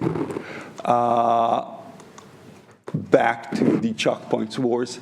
During Khrushchev's time, this strategy, goes up. It becomes more explicit. There's the Grand Alliance with Egypt.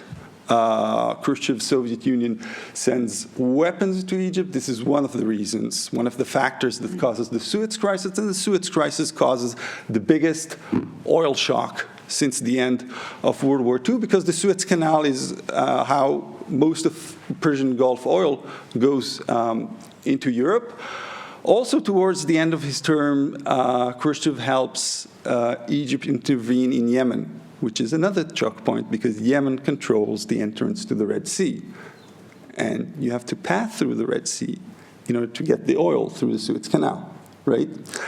And then, during the Brezhnev era, the strategy becomes more, the Soviet Union intervenes more in the region, but it becomes more explicit. So we find more documents in which the Soviets themselves say, yes, this is our strategy. We want to disrupt the oil flow from the Persian Gulf to Europe.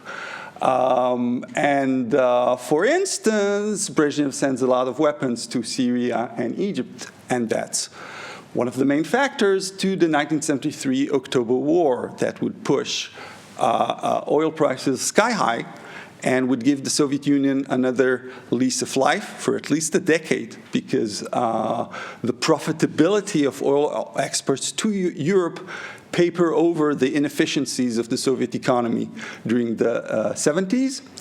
I skip a lot and go to the Gorbachev era.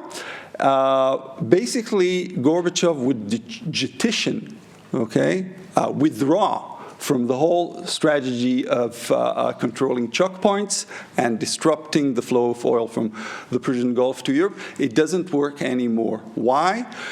Because from 85, oil prices drop dramatically, and that's because the West was able to develop non-OPEC sources of oil. So North Sea, Alaska, Nigeria, other places. So controlling the choke points wouldn't help. This is not the reason why oil prices drop. So what Gorbachev does, he solves his problems by taking loans from Western banks. And because he develops a financial dependency on Western banks, confronting the West or confronting the US in the Middle East doesn't make sense anymore.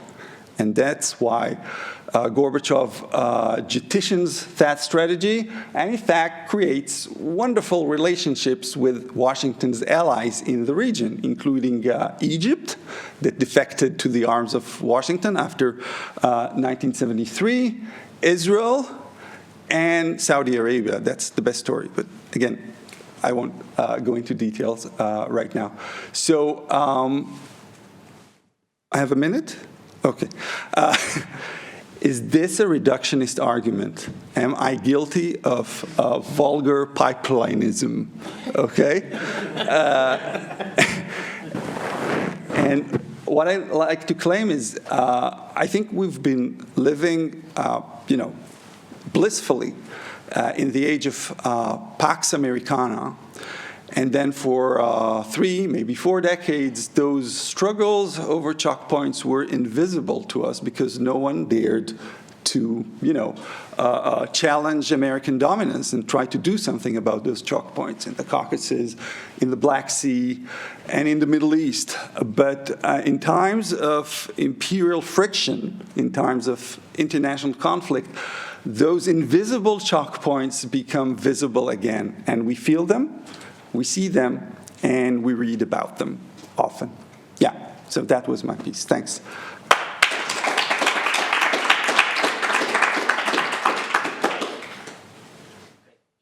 You guys want to sit? You want to? How is it to me? Yeah. Okay, we'll need it. Okay, sit. Yeah. You can all hear me? Okay, thank you, Cyrus, for bringing us here. So Bill and I wrote this chapter together.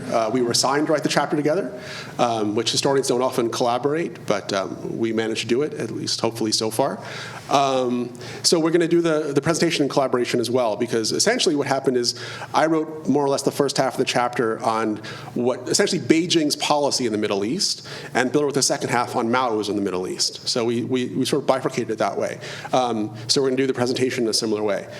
Just before we start, I want to say a word on, Cyrus brought about periodization earlier today. I want to say a word about periodization as far as this chapter. I think it's interesting in the sense that most of the periodization, right, that we've seen revolves around the events in the Middle East, of course, right? The 48, 56, 67, 73, 79, and so on and so forth. And often the story of the Cold War is told is about this kind of periodization of events. So even Washington and Moscow, right, are prisoners of events, it seems like, whether it's Suez or Hungary or Cuba or Vietnam or, Ethiopia or Nicaragua, the kind of events that, to which even Moscow and Washington are reacting to.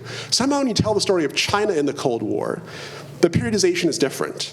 It's never really the external events that are even determining policy in Washington and Moscow.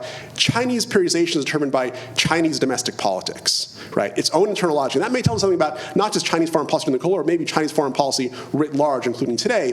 It follows a different periodization, different logic. But if you think about China 1960, 64, 68, 72, 76, 1980, right? These are all years of American presidential elections. And we love to talk about the impact of American domestic politics and foreign policy. But in each of these 4 years, China is a radically different country at each point, even though it's ruled by the same person for at least the first 16 of those years, nominally at least, right? But China is such a different place in 1960 versus 64 or 68 or 72 that Chinese policy follows the logic of Chinese domestic politics. That's the periodization, I think, of our chapter. It really follows Chinese domestic politics. So I'll start there. So unfortunately, I teach at a business school. I teach at Harvard Business School. And so one of the sort of hoariest of business school cliches is that in Chinese, the word for crisis, weiji, is made up of 2 characters, right? The first for danger and the second for opportunity. So that is how I framed this chapter. And I'm sure at some point the editors will try to beat it out of me, but I will hold on to it for dear life. That Chinese policy in the Middle East is dictated by danger and opportunity, right? The opportunity is that you have this region of the world in which there is actually hot conflict, right, in which there are people who are dissatisfied with sort of the Soviet, détente, status quo, version of the Cold War, and they want to actually fight. And so there's opportunities for China where there are countries that are dissatisfied with the Soviet policy where China has an opportunity to make up ground, right? The danger, of course, is that China actually has to, not just talk the talk, but walk the walk, right? If you're counting on China for military support, then China has to be there to help you win the wars. And so there's danger and opportunity in this sense. But for, we mentioned earlier about, questioning the Middle East as a, Middle East, North Africa as a Cold War category, and it's really, the Near East and the Gulf and such. From the Chinese perspective, right, it is the Middle East, North Africa, right? There's a division of the foreign ministry that is called this, right, at least from 1964 on. And so, because this is an area that China does not know very well at this point. China does not have the kind of academic, diplomatic resources at its disposal in 1950 and 1960 the Soviet Union does, or even Washington does, and certainly not London and Paris do when it comes to this region. So for China, this is a region that is largely unknown at the beginning of the Cold War. And China's interest primarily is building an international constituency, right? First, along with the Soviet Union, then, against the United States, always in opposition to Taiwan, of course. That's kind of a, smaller story, but it's always there. And then later on, the predominant interest becomes building a constituency against the Soviet Union. So this is a region that China sees as an opportunity because there's hot war here, and has to build a constituency against the Soviet Union. And so the chapter I go through, different sort of attempted alliances that China makes as a way of gaining influence, all of which essentially ultimately fail. Because what China ends up doing is essentially picking up scraps, right? The non-state actors, those who are sort of, outside the diplomatic fold, trying to leverage them as Chinese assets, and then finding out that if you try to ally with the FLN or the PLO, you piss off the big boys like Nasser, and you end up, sort of diplomatically losing out, which is where they end up in the end, and they sort of, climb to the arms of Washington by, mid-1970s. So just, I think I only have a few minutes, and Bill wants to take over, so I'm just going to say just, a little bit about the actual trajectory of the chapter. So it starts off in the early 50s. Believe it or not, China actually, Israel recognizes the PRC. China has a positive relationship with Israel in the early 50s. This is in part because in the early 1950s, China sees Israel as an anti-colonial power. It sees Zionism as an anti-colonial movement because they're fighting the British. Therefore, it's an anti-colonial state. This begins to change in the mid to late 50s. It really sort of crystallizes for Beijing with the first meeting of the Afro-Asian People's Solidarity Conference in Cairo in December of 57. They see, wait a minute, there's a whole lot more anti-imperialism here than we thought, maybe more than the Soviets think. And so that begins kind of, China thinking that maybe there's an opening here. They fight diplomatic battles against Moscow in Cairo, sort of for the loyalty of the Afro-Asian movement, but they keep sort of losing out because Nasser is interested in, bigger politics and, economics and such, and they never have the resource to match the USSR, so they sort of attract the FLN. They'll be the ones to support the Algerian national movement because the Soviets aren't willing to, because the Soviets are afraid of compromising the interests of the French communists by supporting Algerian independence. So it's China that recognizes the government of Algeria, it's China that arms the FLN, and then China hopes this will pay off after independence, but it doesn't, because independent Algeria, turns out, they want economic aid too, and the Soviets have more of it and more expertise. So that doesn't work. Option B is the PLO. And again, this sort of dovetails with Chinese domestic politics, because by 64, 65, Mao is kind of coming out of his retrenchment stage. He wants to attack the revisionists who've been in power since the failure of the Great Leaf Famine, Deng Xiaoping and Liu Shaoqi. This is sort of setting up the Cultural Revolution. And so the PLO is kind of one of his foreign policy vehicles to do this. China embraces the PLO before Moscow does. China becomes the champion of the Palestinian struggle in 67, saying the Soviets aren't doing enough to help you. And the Palestinians are second only to the Vietnamese in terms of billing as the anti-imperialist heroes in the Chinese press during the Cultural Revolution, right? They're only behind Vietnam as far as the international cause that China supports. But, what happens is as China begins to realize that they're actually being threatened by the USSR, and the USSR begins to welcome Arafat, it turns out that their interests in terms of allying with the Americans, or rapture with the Americans, beat out their interest in supporting the Palestinians, who are now seen as too pro-Moscow. So by the mid-1970s, they sort of slowly, abandon the Palestinians in favor of, Israel as a fact, and, Israel helps the United States, hurts the USSR, and therefore we're okay with it for now. So with that, I'm going to turn it over to Bill. Great. Well, thank you very much, Jeremy. And can I also say that thank you for not doing two things. First, saying that crisis and opportunity are the same word in Chinese, which is the misconception that often gets brought up in this context, and also for not committing the far worse sin of stereotypical China projects, which is to put the word dragon in the title. So we didn't have to have that argument. So,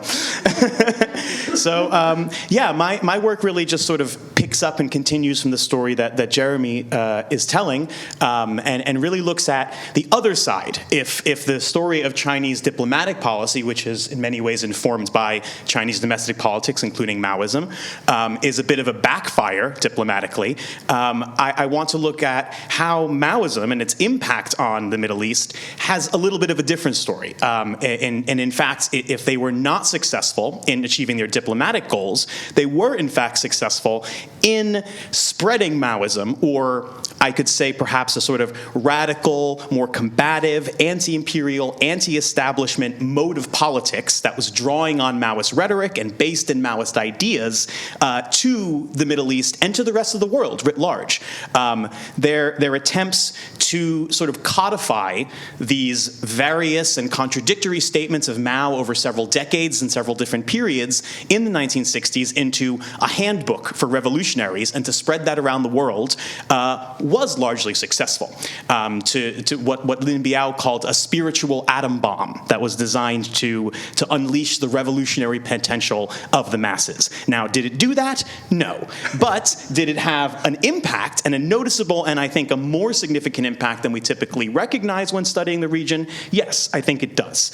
And this is largely the argument I've made across my very brief academic career so far. This is largely coming out of my PhD work and my current book project on Iran-China relations, where Iranian Maoism plays a large role. I would probably argue that Maoism had a stronger impact in the Iranian context than it did in other places in the Middle East.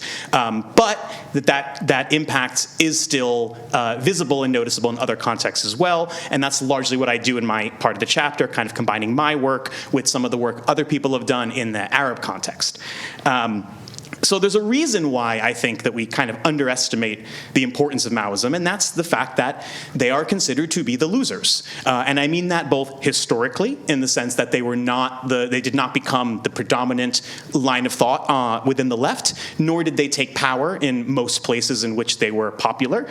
But there's also a kind of like in a more conventional, pedestrian kind of way of like, these guys are a bunch of losers, right? There's a kind of like a narrative and understanding, especially within the left, that's very critical of the Maoists as basically bad communists, as sort of stirred up, overly emotional, blinded by their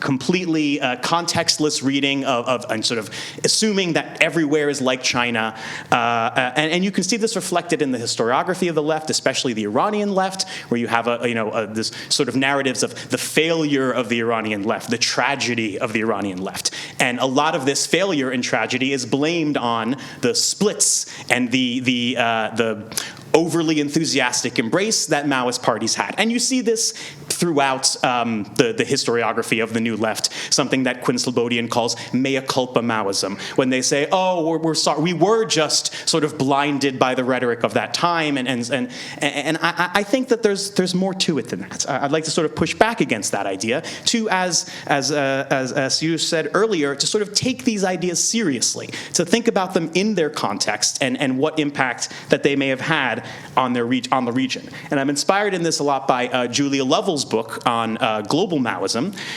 which really charts how Maoism had an impact globally in a lot of different places. For example, like the Shining Path Maoists in Peru, the Naxalbari Maoists in India, the usage of Maoist ideas by Huey, why don't you make sure I get it right? What's the right one? Huey P. Newton. Yes. When I originally wrote the chapter, I wrote Huey Lewis, and he says to me, yes, the news at any cost. But the usage of Maoism by the Black Panthers around the world, right? But in Julia Lovell's book, there's no mention of the Middle East, and that's kind of what my chapter and my career so far has been a bit of a corrective to. And what I found and what I write about is that there is this noticeable impact that this concentrated and intentional attempt that the Chinese government had to spread Maoism around the world, it fell upon very fertile ground amongst these radical, revolutionary young students, the angry young men and women of that generation.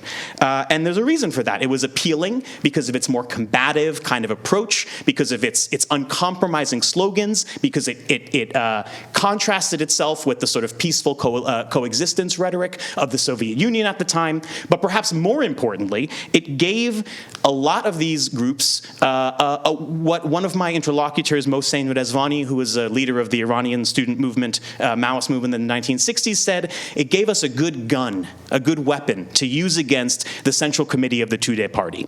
It allowed them to criticize and push back against their own local traditional communist party leadership that they viewed as largely ossified, disconnected from the situation in the world, and inordinately dependent on the Soviet Union. So it gave them a kind of way to, in the same language that they were speaking, to fight back against that.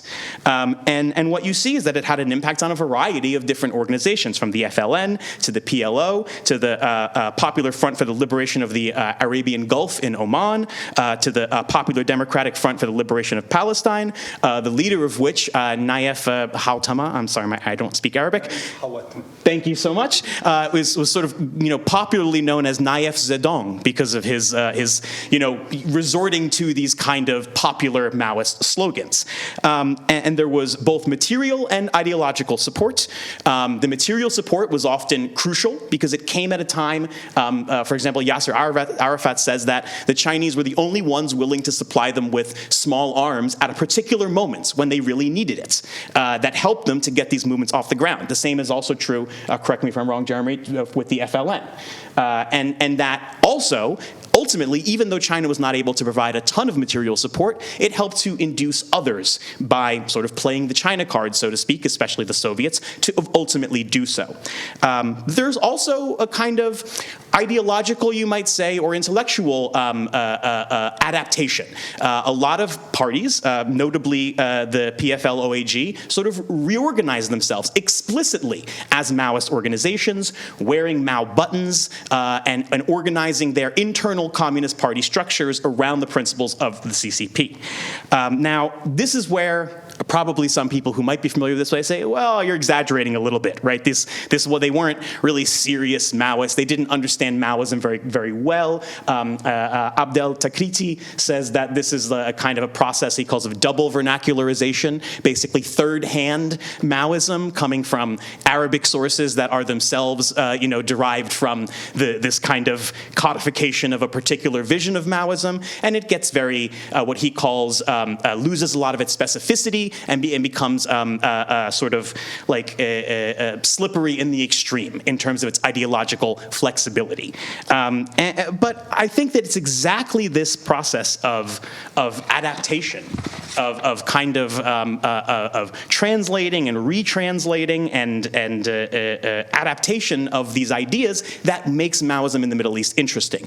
I think that it's missing the point if you just look at, well, how well did they understand Maoism? Well, Maoism isn't really a thing. It's not an ideological construct with a ton of specificity to it. It's quite fluid, and it's meant a lot of different things in a lot of different contexts over time. Even the phrase Maoism is a term of abuse in the Iranian context. Their opponents called it Maoism, called them Maoists. They used the phrase Andishe Mao Zedong, the thought of Mao Zedong. That's what they were the followers of, following the exact phrasing of the Chinese government, of China at the time, Mao Zedong Sixiang, literally Mao Zedong thought.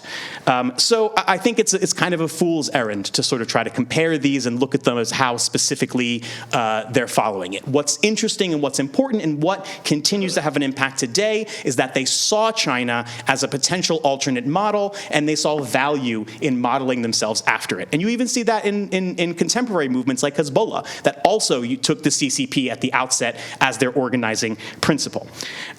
And to sort of close this off, I'll also say that even the current ideas of China in the region, I think if you look at this history, are more deeply rooted than we believe. The modern economic power of China in the region has largely overshadowed this history.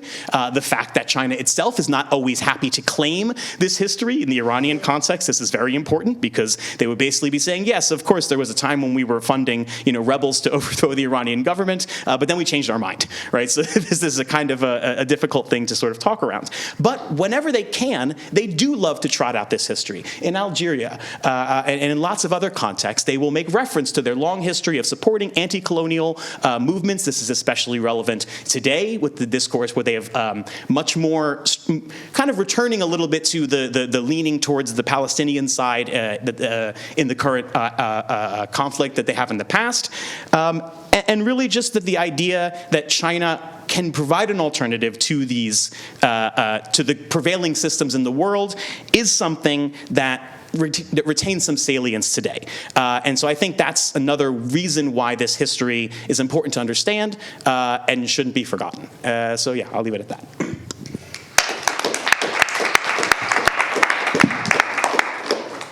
Great.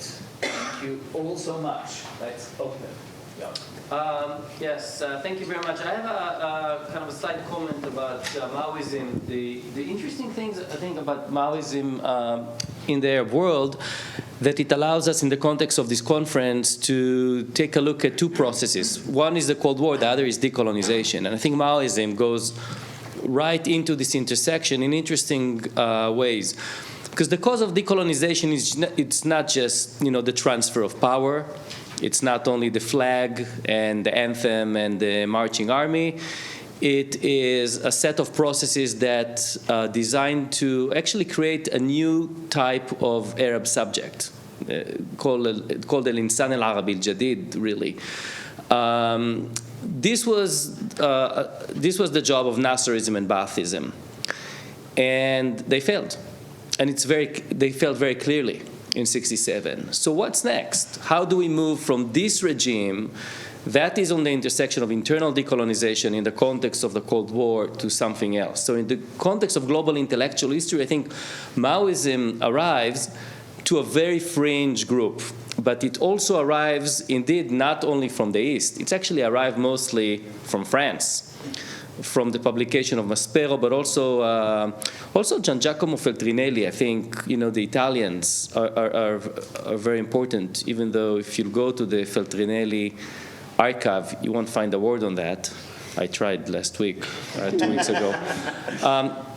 But the point is that it's being recepted and reinvented, but it's in Palestinians, as you mentioned, but it's actually the Neo-Baath Syria.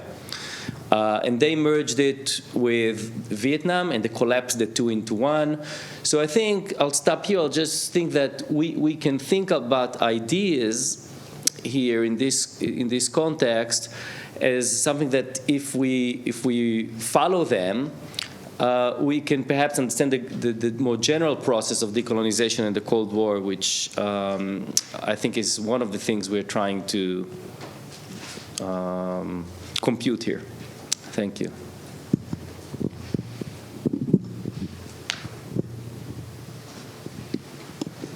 Well, just to build off that, I think in terms of understanding what Maoism is and what role it plays, I think it's important to understand that there's a disagreement sort of fundamentally about what decolonization is, right? So, from the Soviet perspective, right, decolonization is, kind of this accident along the path to socialism from capitalism, right? There's a global imperialist system in which, these are the suppliers of raw materials to the metropoles.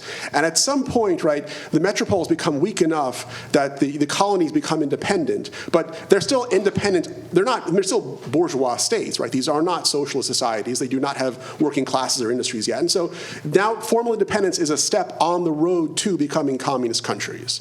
And this is how the Soviets react to decolonization initially. It's like, okay, obviously, Nehru and Nasser and these people are not communist leaders. They're not the leaders of the working class, but we'll work with them. We'll, build industry, geology, infrastructure, these sorts of things, build a working class, build a communist party. One day that communist party will come to power and overthrow the Nassers and Nehrus and Nkrumahs and whoever else of the world. And so decolonization is a stage, right, in this part of economic development. For the Chinese, decolonization by itself is an assertion of nationalism, right? And that's why there's an argument between the Soviets and the Chinese over whether or not decolonization must happen, through force of arms. The Chinese don't believe that a handover of power to someone who's Cambridge educated peacefully, like Nehru, who was sleeping with the viceroy's wife, right? That's a meaningful transfer of power. Meaningful transfers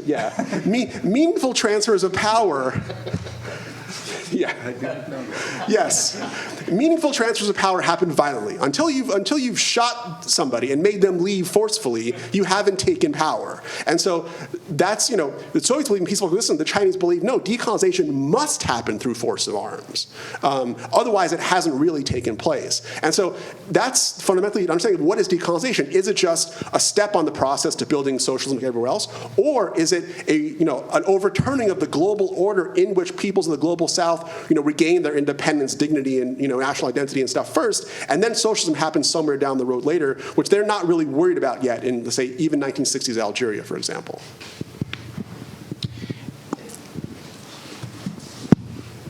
Is it all right if I just very briefly? No, it's okay.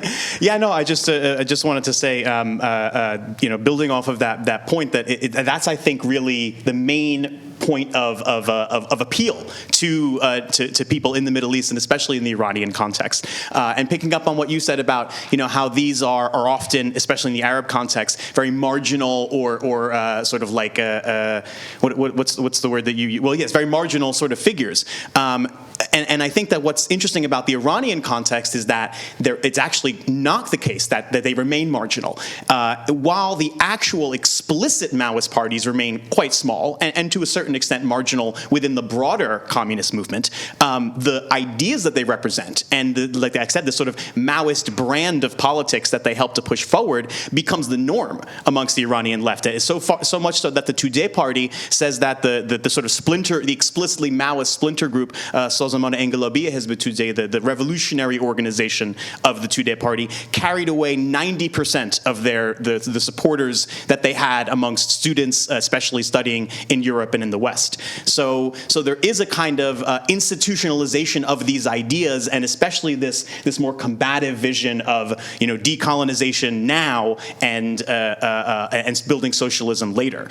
So I just wanted to mention, I suppose that this is where I think looking at this as the history of ideas and how ideas become institutionalized and get merged into other ideas along the path. Maoism was also, in some ways, I don't want to say a stop along the way to the Islamist ideas that we were talking about earlier, but there's a relationship there. There are many, as I write in the article, there are many that basically look at Islam as a kind of mass line in the traditional Maoist sense, that this is what we can use to mobilize the people, and they have a sort of conversion narrative, just as they had a conversion narrative to Maoism or to communism to begin with. So this is getting back to that point that I made earlier of the sort of intellectual continuities between what comes before and what comes after, even if the actual content or the underlying position, how they position themselves vis-a-vis the Cold War, really substantially changes. Hi, Tim Noonan, University of Regensburg. I have a question about the role of ethnic and confessional minorities in Middle Eastern diplomacy. It's not a secret that the Soviet Union and the People's Republic of China were both multi-ethnic, multi-confessional states.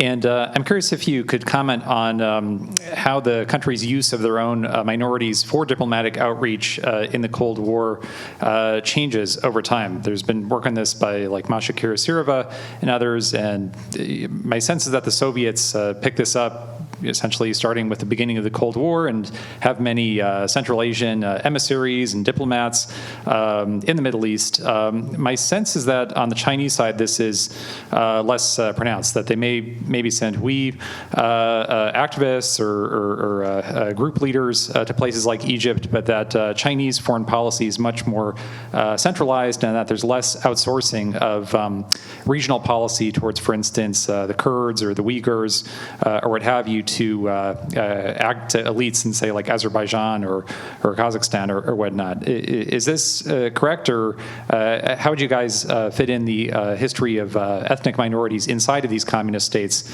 into a larger history of the Cold War? Yeah, I mean, so I think you're fundamentally correct, and I think this ties back to what I said at the beginning, which is that China does not really have, at this point, sort of the academic infrastructure about the Middle East that the Soviet Union does. I mean, the Soviet Union inherits, right, a long tradition of Russian Orientalism, which to a certain degree is probably, the best Orientalist tradition really anyone has in the world at that point. So Russia has a tremendous amount of experience, with the Middle East at a deep level that China really does not, and does not inherit this from either, the Chinese Republic or, from the Qing dynasty. And so it doesn't, right, the kind of diplomacy you're talking about takes, and especially understanding, right, the ethnic and doctrinal cleavages within the Middle East, right, takes a level of expertise that China does not really achieve till after the Cultural Revolution, because they're only beginning to get going in terms of developing things like academic institutes and academic journals in the early 1960s, and then it's all shut down in '66. Right, the Cultural Revolution. And these things don't reopen again until 78 to 1980. And so China begins developing this expertise really like in the late 1980s. In the early 60s, China starts building these institutes and developing journals, and they're really, for the most part, translating foreign works. There's not a lot of original research going on in the early 1960s yet. And so they really, for the most part, don't have the expertise to do the kind of policy you're talking about, but they certainly develop it later.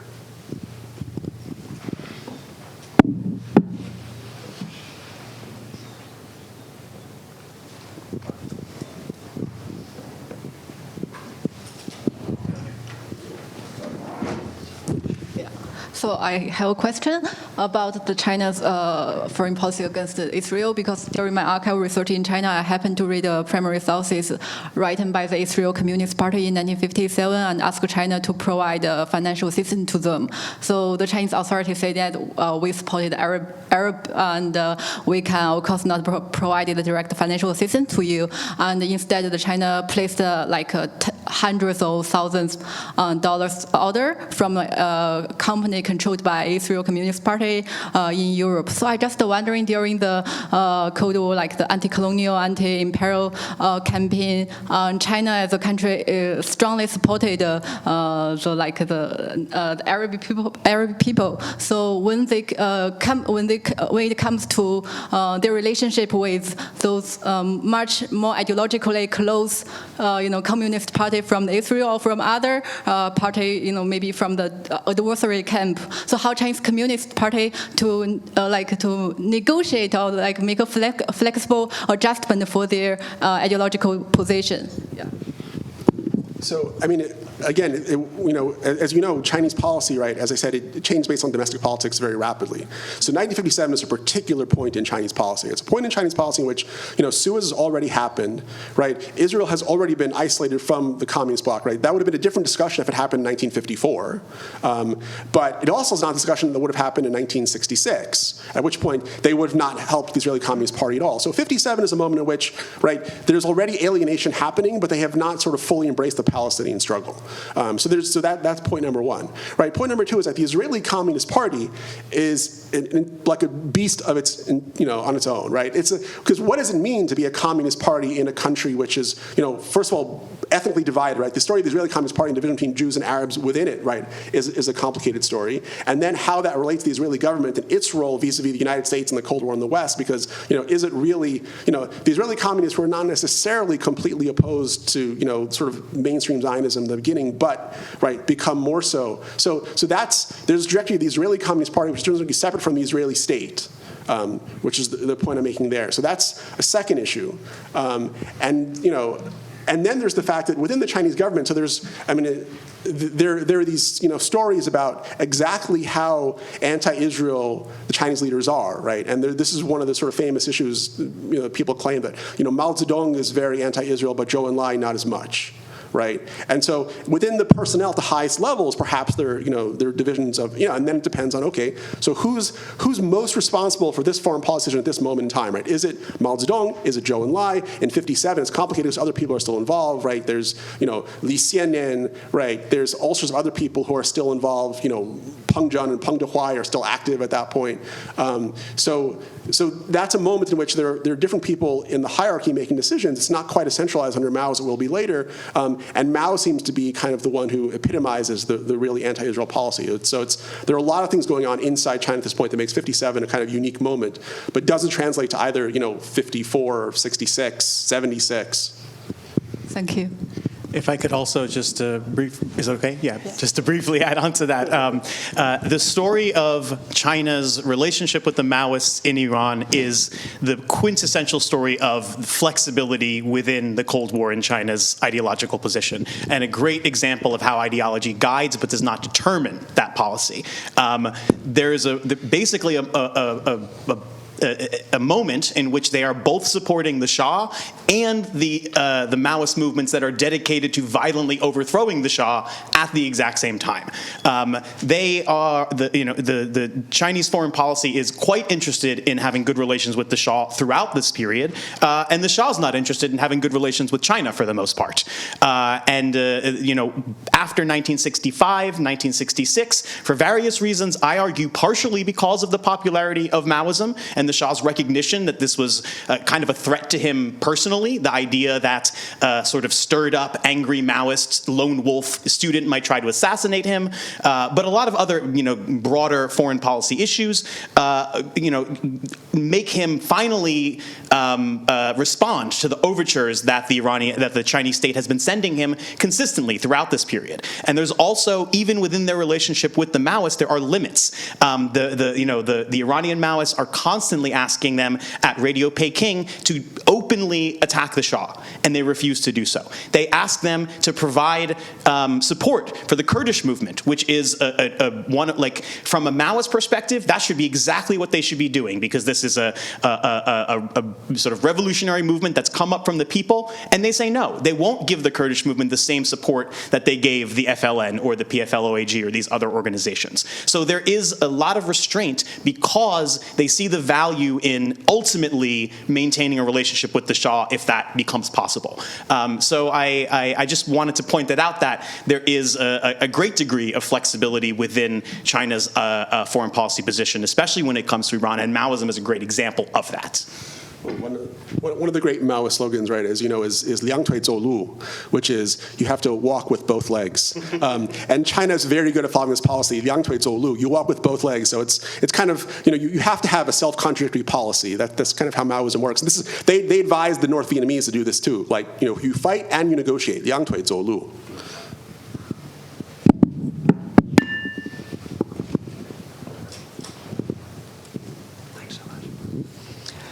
Thank you, all three of you. Fantastic panel. My question actually isn't about the decolonization process and that, but it's that combination of the offering of a method with the achievement of authenticity in decolonization that both of you seem to be highlighting so clearly, that has always seemed to me so critical to Maoism's appeal. And if you want to comment on that, by all means. But my question is actually for Guy, and it's a much more, well, it's also a very ignorant question, but it's a kind of logistical question. It's really about not just pipelines, but onward shipment.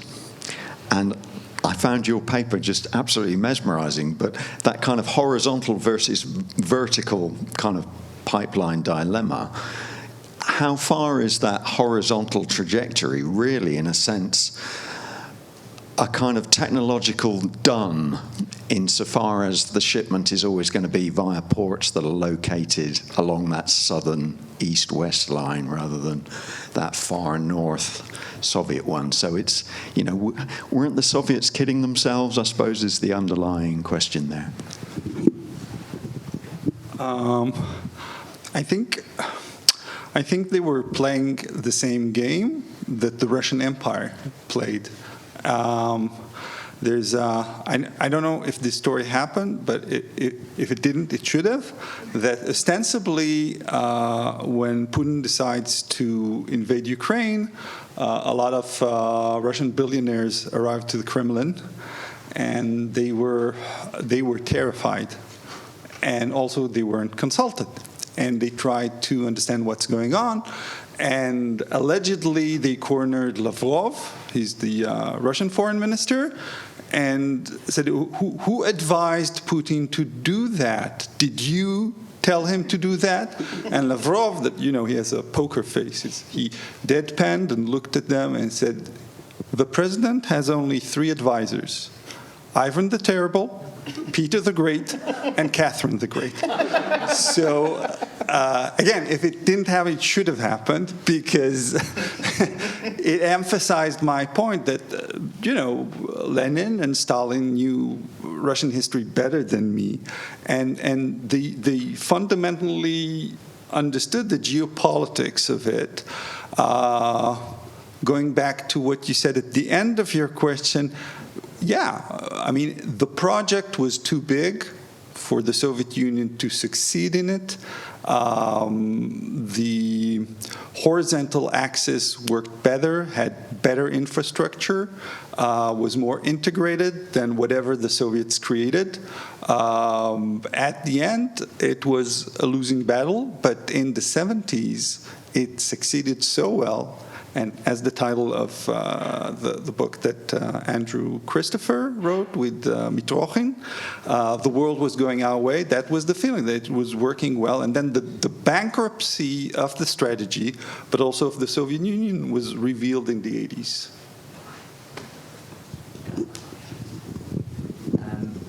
Okay, I have 2 questions for the 2 of you, and then a couple of notes here. So let me start with Guy. So let me just start with 2 notes, and then I have 2 questions, okay? The first note is, and I think you sort of hinted at it yourself, is there a little bit too much geographical determinism here? So there's something to think about, which is a very lazy question, I know. But whenever somebody says like 300 years, it's the same pattern, it comes up, right? So just something to think about. Second note, actually, of the question. It seems to me that what you're arguing is that for the Soviet Union, the issue of oil was not a means to something else, but an end in and by itself. And it seems to me that for the US in the Middle East, the oil was ultimately, really ultimately, not an end, but a means to a larger end. If this is true, I think that's a very interesting contrast between the two. Although, this is a little twist, I don't know whether for the Soviet Union, the issue of oil was an anti-containment strategy as well. And if this is true, then it is not simply a means, but then it's not simply an end in and by itself, but also a geostrategic means, as it was for the United States. The 2 questions I have are different. Number 1, you talked about the Italians giving the money in '63, giving the pipelines. The Germans, the West Germans, were really important in the 70s to build these pipelines. So to what degree is this an empire, is this a Soviet oil empire by European invitation? To quote the known, to paraphrase the known, article about the U.S. empire in the, post-war, Europe. So that's question number 1. So how important are the Europeans here? And question number 2 is, it seems to me that you're sort of saying, particularly about the 70s, but maybe even before, that those arms shipments were really meant to destabilize the region. And this gets quite close to the argument, made by some people like Guinor in '67 about the '67 war, and then, which is really a minority view, right? That the Soviet Union really tried to stir the pot on purpose. So are you going there? Is this like a really revisionist argument? Are you saying they were actually much more interested in tension, in maybe even war, that they normally were? So these are the 2 questions for you. And then, 2 questions for the 2 of you. let me actually just stick to one, otherwise we'll go overboard. So it's actually, I'm trying to bring the two of you together, because I think it's great the way you have, like, you know, co-written the chapter, but through this question, maybe there is one way of getting it together. So there is this sort of, I think clearly there is this sort of, it's an accepted argument that the Chinese following World War II really don't know too much about the Middle East. Okay, let's take this for granted, but now let's unpack it and say, but what about all the Comintern relations that Chinese communists had in the 20s and 30s, also with Middle Eastern communists? To what degree can we rewrite this history?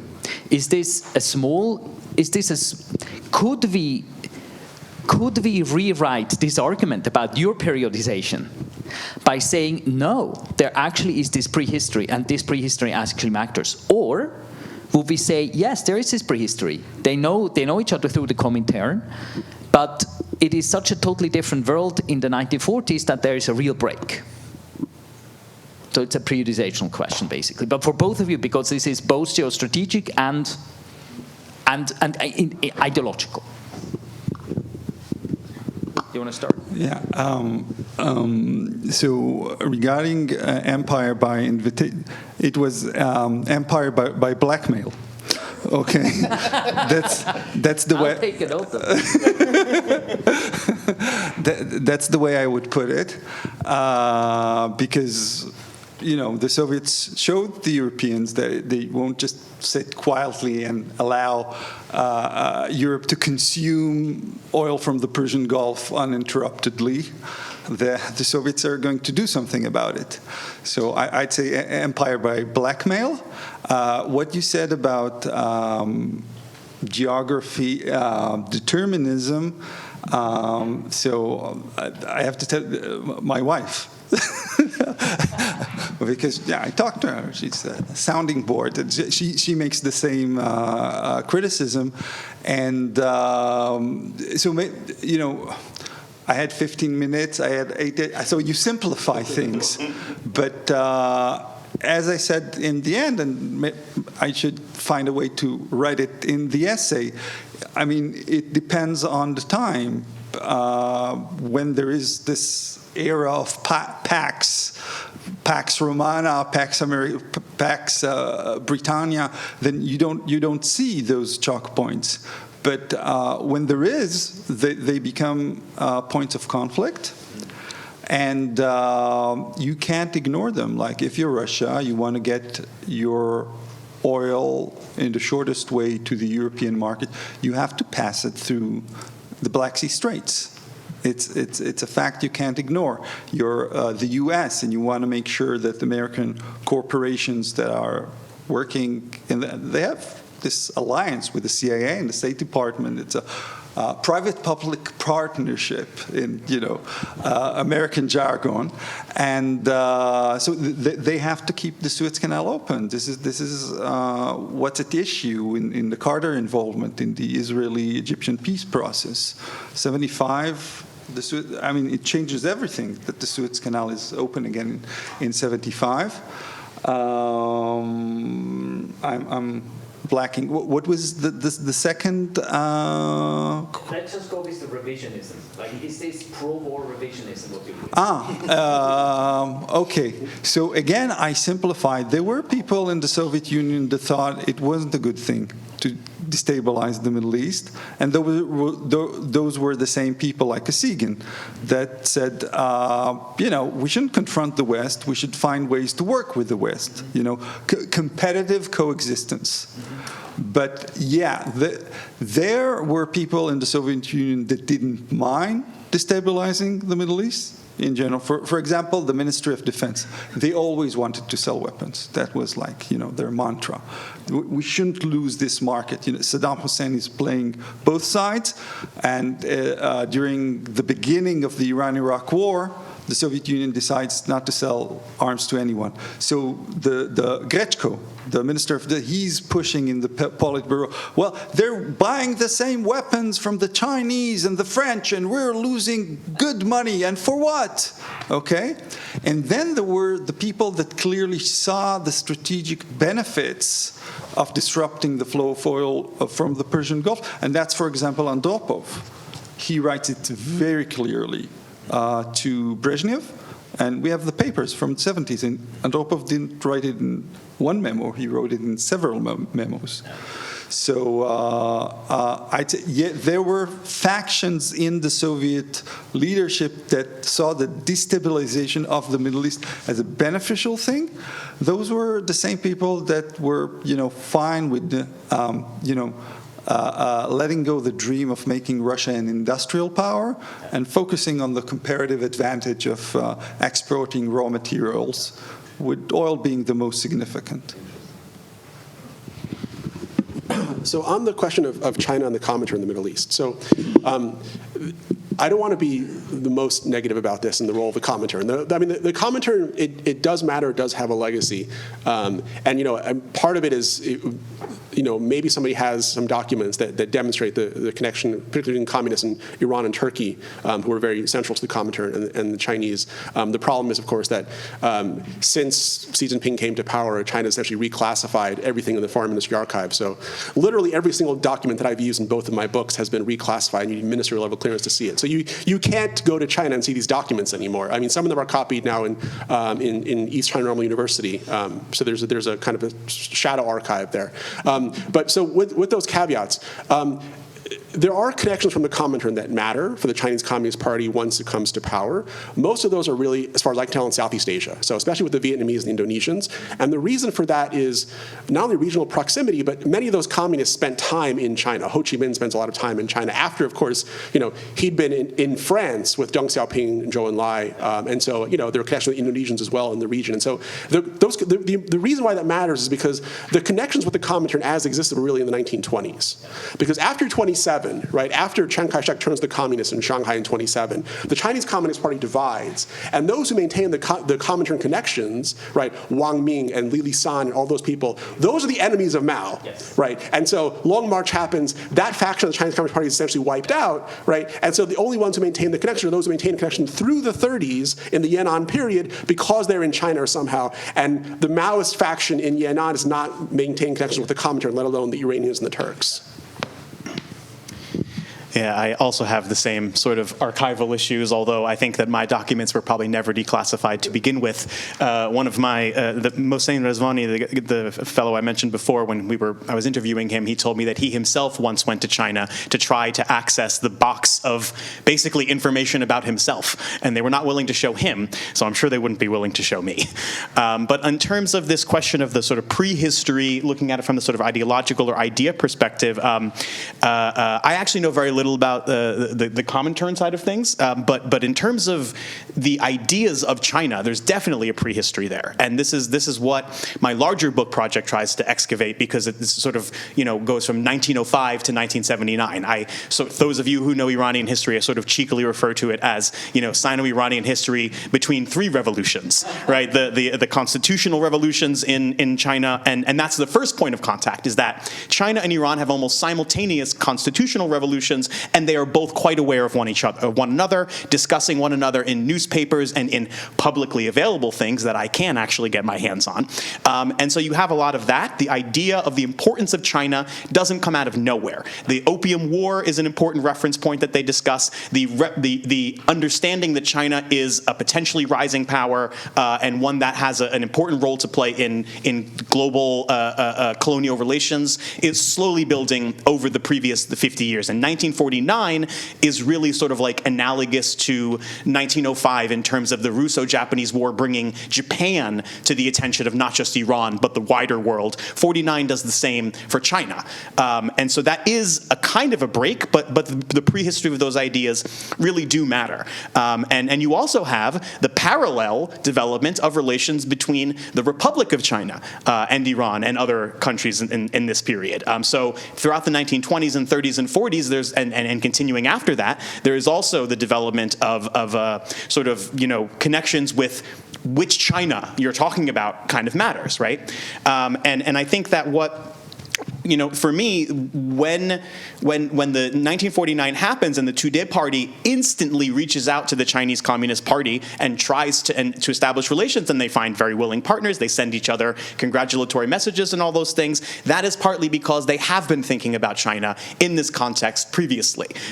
Even some of the early people who split away from the Tudeh Party, who tried to come up with what they called like the third way or something like that, were kind of generally appealing to not the actual content of Maoism, but saying, look at what the Chinese did. They adapted communism to their situation. That is what we have to do, rather than just slavishly following the Soviet Union. And that comes from these kind of previously existing ideas, I think.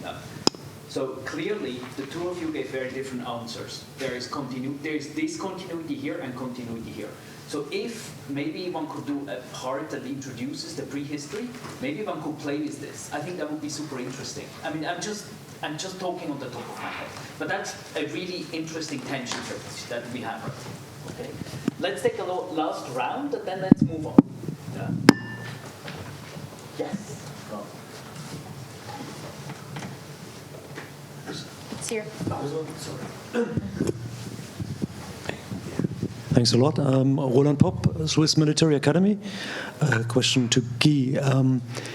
In purely military terms, a choke point approach does not make much sense, does it? Because if you kind of perceive the idea that the Soviets would have been able, which were never during the Cold War, to choke off these points, like the Bab el-Mandab or the Strait of Hormuz, when you'd be immediately in World War III territory. But World War III would take place in Europe and take about 20 to 30 days. So there would never have been an actual effect in choking these points off. So what would have been the idea in military terms? Hi. We talked, we never met, and you wrote a wonderful review of my last book, so thank you. Well, that's what proxies are for. I mean, the Soviets didn't have to do it themselves. They armed proxies. I was remiss and didn't mention the Palestinian Liberation Movement, but that's why the Soviets gave weapons and funds to the Popular Front for the Liberation of Palestine. That's Naif Hawatmeh was its nominal leader, but the officer of operation was Wadi Haddad, and he was the really important guy in the PFLP. So basically, the PFLP did sabotage operations in Lebanon, in the oil terminals there, and also on TAP line. It shot on like lobbed missiles on Coral Sea. That was a tanker headed to Israel, and the PFLP did that in '71 in Yemen. You know, you don't have to hit many tankers in order to put supply in jeopardy. It's enough to do it once. The Israelis were very agitated about that, and they sent a Mossad agent to Yemen. Okay, I won't go into that. But also very interesting that the PFLP, together with the Black October, did a sabotage operation at Trieste. There's like a tanker, installations that garner oil, and from there it goes via the Transalpinian pipeline into the. So they even hit.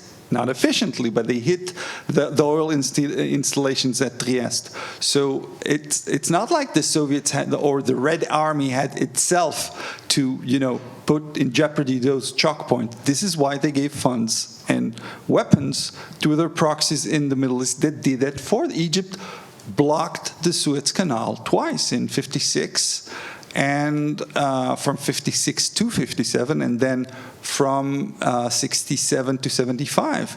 That had a lot of impact on the formation of the European energy market. This is what created this empire by blackmail and the Druzhba pipeline networks. Okay. Thank you all so much.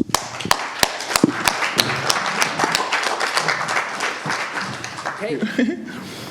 So my paper centers on, I'm looking at West Africa and particularly Nigeria, looking at the expenditures of the USSR and the Western Bloc from 1946 to 1970, that is the end of the Nigerian Civil War.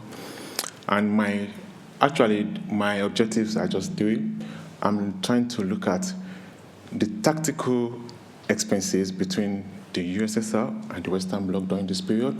The first period from 1946 to 1967, that's before the Nigerian Civil War, and also between 1967 and 1970, and also looking at how these superpowers, how they competed, because we have existing scholarship that has looked at, for example, Western looking at the global Cold War, looking at how the politics of aid. We also have the previous works by Stremlau and Thompson looking at the politics during the Civil War in Nigeria. But I'm trying to build on this foundation, on these works, trying to look at how these expenses, the expenditure, because the spendings actually were not just being done, they were strategic in nature, and it is, I find it very imperative to look at, the process, how this, took place.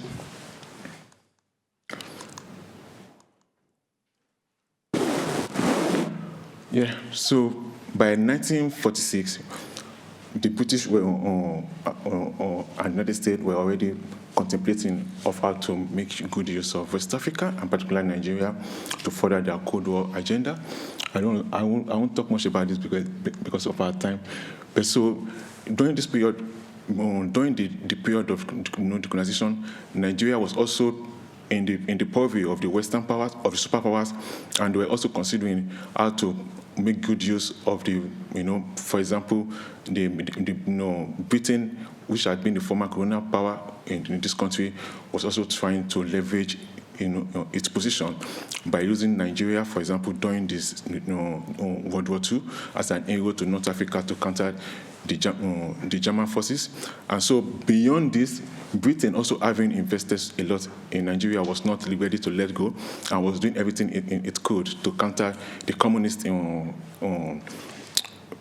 inroad into Nigeria at the same time. So also was the, were the British, and by this time, the USSR was finding it quite difficult, to build a relationship with Nigeria, because considering the position of the Western powers, and the Western powers continue to use aid to kind of maintain their relationship with Nigeria, and the USSR continued to try to make inroad, establish relationship with Nigeria, but Nigeria would not even considering the relationship, because it was strongly pro-West and anti-communist in nature. Eventually, even when it was able to even establish some form of relationship with Nigeria, it was still very, very minute, and it was quite insignificant at this period. So, fast forward into the Civil War in Nigeria. At the beginning of the Civil War, there were this strong and unique international alignment.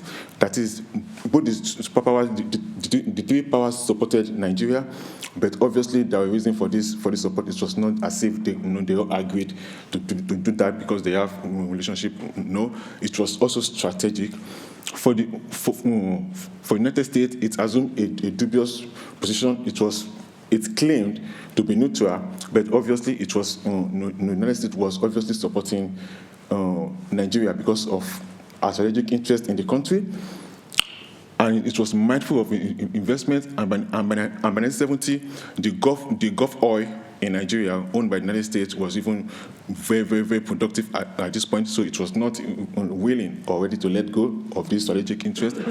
And the UK needed to prevent Nigeria breakup for so many reasons. One of them is the fact that during the 6 Day War in the Arab-Israeli in the Middle East, the flow of oil was disrupted, and UK needed Nigeria oil, to make sure that it had enough oil supply to it during this period, and it also needed at this point to make sure that if Nigeria should break up, there will be this domino effect of other African countries, and the Western Bloc at this point were trying to make Nigeria as a showcase to the world that it was possible for them to actually hold them together. And so Nigeria was also at this point very desperate to remain united, and it needed military aid and arms, she went to the Western Bloc for support, and they bluntly rejected or refused to offer the country aid at this point. So Nigeria approached the Soviet Union, and the Soviets were happy because this is a country that they've long courted and they've not been able to try to succeed. So they were willing, to give Nigeria aid at this point. And the Soviets obviously needed to do this for many reasons. One of them, like I mentioned, is just to make sure that at this point she was able to establish critical relationship with the country. And so this is the major focus of this presentation, because, like I said, existing literature have not really examined deeply how these expenditures were carried out during this period. Find there were military aid, economic aid, relief aid to many African countries during this period, but we need to examine how this aid were carried out, in what pattern, in what concentration were they done. And for example, during the Nigerian Civil War, eventually when the United States decided to offer aid to the country, there were some considerations in doing this. And one of them is that the United States wanted to make sure that it was able, like I said before, to protect its investment, even though it tried to assume a neutral posture during this period. And so what it did was that it weighed its option carefully against the communist inroad and also its own interest. One of the methods it carried out this was to make sure that the American Red Cross was not directly involved in giving aid to Nigeria or to both sides, but it made sure that the Red Cross was subsumed, was under the RCRC, so as to avoid that look that it was actually supporting Biafra, just to make sure that it was able to maintain the pro-federal as in Nigerian relationship at this period.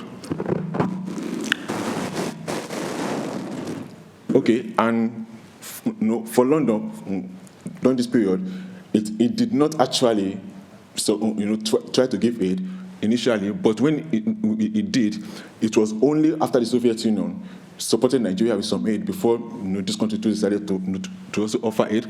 And Washington too, not until the public pressure increased before it also offer aid. And it also did this because it appeared that it was losing the support of other great powers during this period. And also, according to Thompson, it appeared that he considered this method when it was perceived that Tanzania was going to be recognized. To recognize Biafra during this period.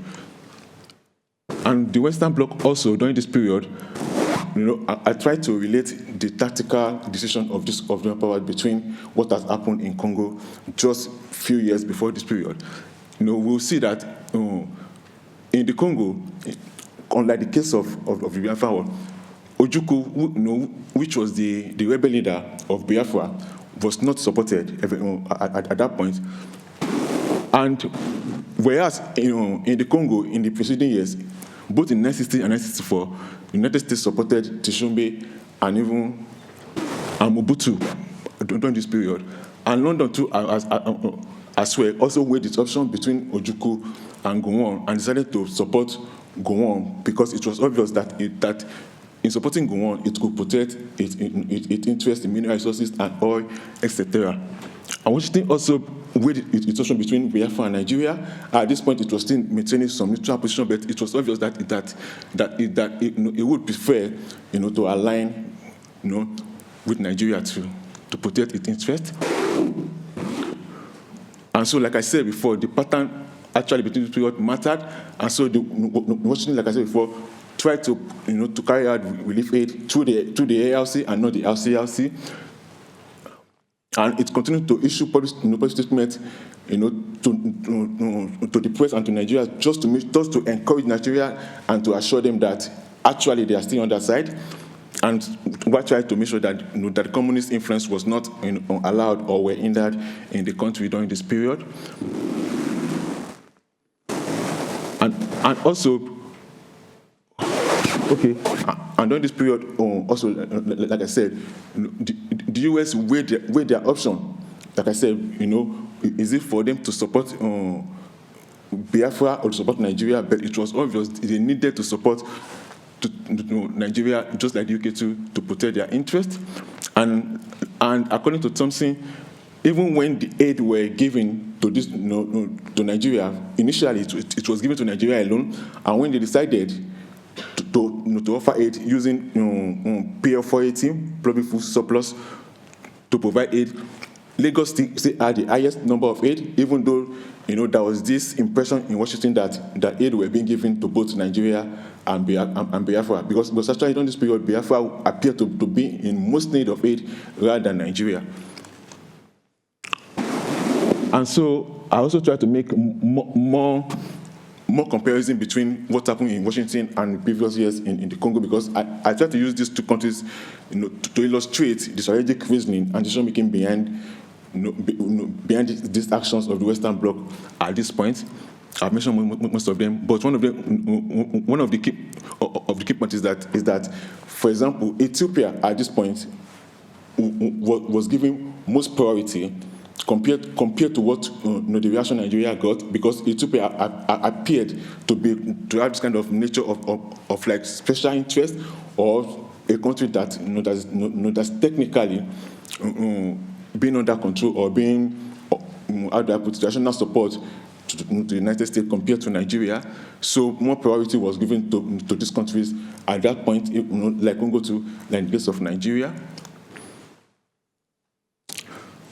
And I also try to explain, because now that Moscow has been able to establish some form of relationship with the country, it now began to introduce some critical projects, measures generally, to maintain its foothold in the country.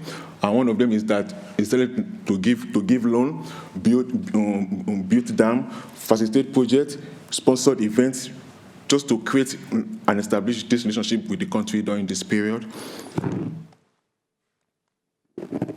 And one of the core focus of this paper is that I'm looking at the alignment, the pragmatic approach of Gowon, that was the Nigerian leader at this point, because I feel it was able to actually utilize its diplomacy tactics to get more funds from the superpowers, while also making sure that with the support of both powers, it was able, to execute the war to success. Because without him being able to actually manipulate them too, just as they were also trying to gain from him, he won't be able to execute the war and maybe achieve success. So I tried to look at how he did this, and for example, was that during this period, he made sure that he got arms from both powers tactically, by trying to make sure that whenever he got support of the Soviets, he made sure to make it open. He appreciated them in public and even condemned the West, so as to elicit some kind of reaction in Washington and London. And this worked, to a great extent. And even when Alexander Dubček was kind of toppled by the Soviets, considering the fact that Dubček has been kind of empathetic and supportive to the Biafran cause, at this point, Gowon still kind of kept mute, because he just wanted to make sure that it would not disrupt relationship with the Soviet Union during this period. Yes, and so all these were kind of examples of the measures employed by Gowon to maintain power during this period. So, thanks a lot.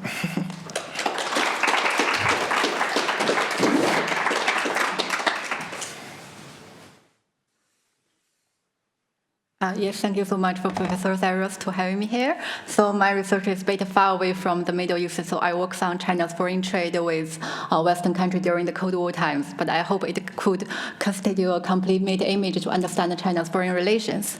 So the digital computer during the Cold War era has a strong strategic value and was under sanction by the Western camp to the socialist bloc. So China's computer industry has also been deeply shaped by the Cold War confrontation. After the outbreak of the Korean War, the U.S. implemented economic sanctions against China, as outlined by the NSC 104 document and foreign asset control regulations. The U.S. not only stopped all its trade with China, but also extended regulation to foreign products that compose the U.S.-made components or were manufactured under the U.S. Those foreign products need to get the U.S. approval before exported to China, so which significantly cutting China off from Western technological advancement. Against this backdrop, China has no other choice but to rely on Soviet Union for its computer technology. So in 1957, China has successfully developed its first analog computer, and 1958 it developed its first digital computer. But China's deteriorating relationship with the USSR in the 1960s posed a new challenge to China's computer industry. By the end of 1965, China's computer level was at least 1 decade behind the West, as China's domestic military and industrial sector demanded a high computer power. So purchasing digital computer from the West became a viable choice. So in 1961, during the COCOM list review, because of the UK's pressure, COCOM made a revised regulation on computer exported to the socialist bloc. So the COCOM member could export most type of digital computer as long as a member country was satisfied that the computer would be used for non-strategic purpose, which means the member country don't need to seek for the formal COCOM consultation, and they don't need to get the approval from the US. So between 1965 and 1967, China utilized this regulation to order 12 digital computers from UK.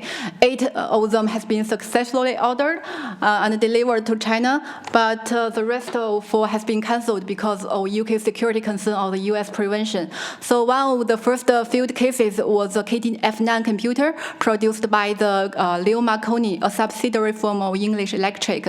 So in May 1965, China has ordered 2 KDF-9 computer, claiming it will be used for meteorological research in Beijing. Since the KDF-9 computer was a basic type of computer, so the UK quickly issued export license. But the company quickly found it has composed several American components. Worrying about the US possible retaliatory measures, the company planned to cancel the contract without giving a convincing reason to Chinese. So the Chinese authority treated the contract with a high priority. They think it was a breakthrough for China to break the Western embargo on high-tech products. So the Leo Marconi's cancellation of the contract was met with suspicion.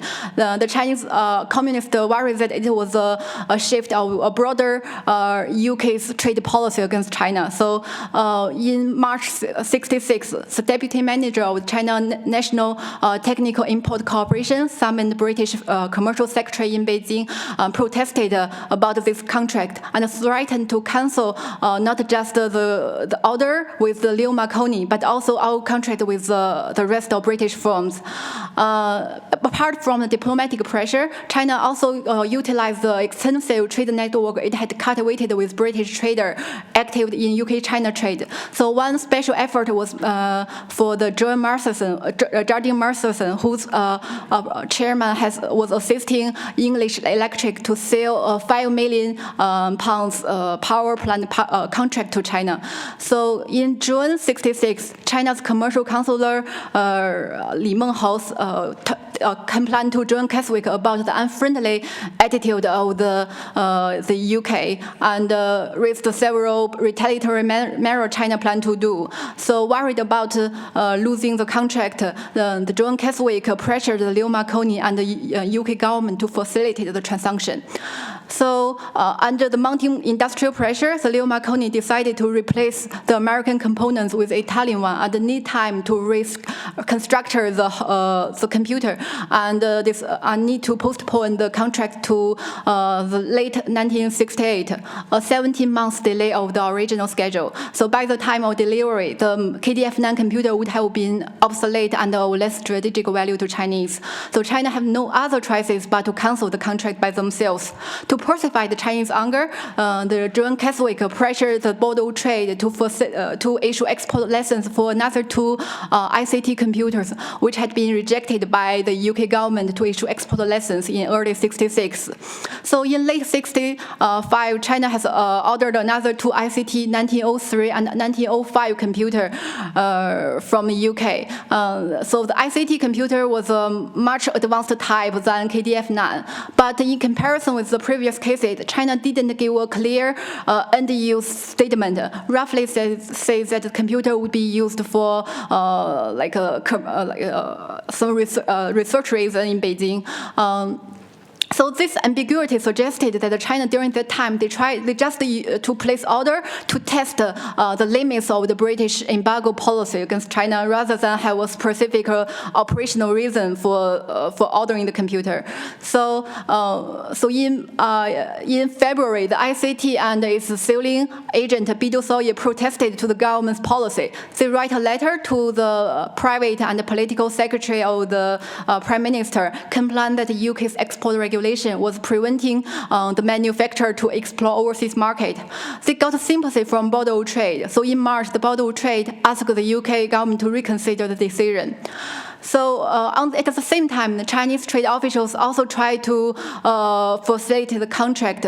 So they first gave a clarified statement for the end-use purpose, claiming the computer would be used for commercial reasons like food rationing in Beijing. And furthermore, they made a significant concession, agreed to subscribe to after service of the ICT computer for up to 10 years, which means the ICT engineer could come to China to visit the computer in the future. It was an unusual compromise for China to make. And more importantly, China manipulated the rivalry between the French and the UK computer manufacturer for the overseas market. They told the ICT that China had successfully placed 3 computers from France without being questioned and the use purpose. Even though those claims was largely untrue, it did cause great concern among the British computer industry about losing the market to continental competitor.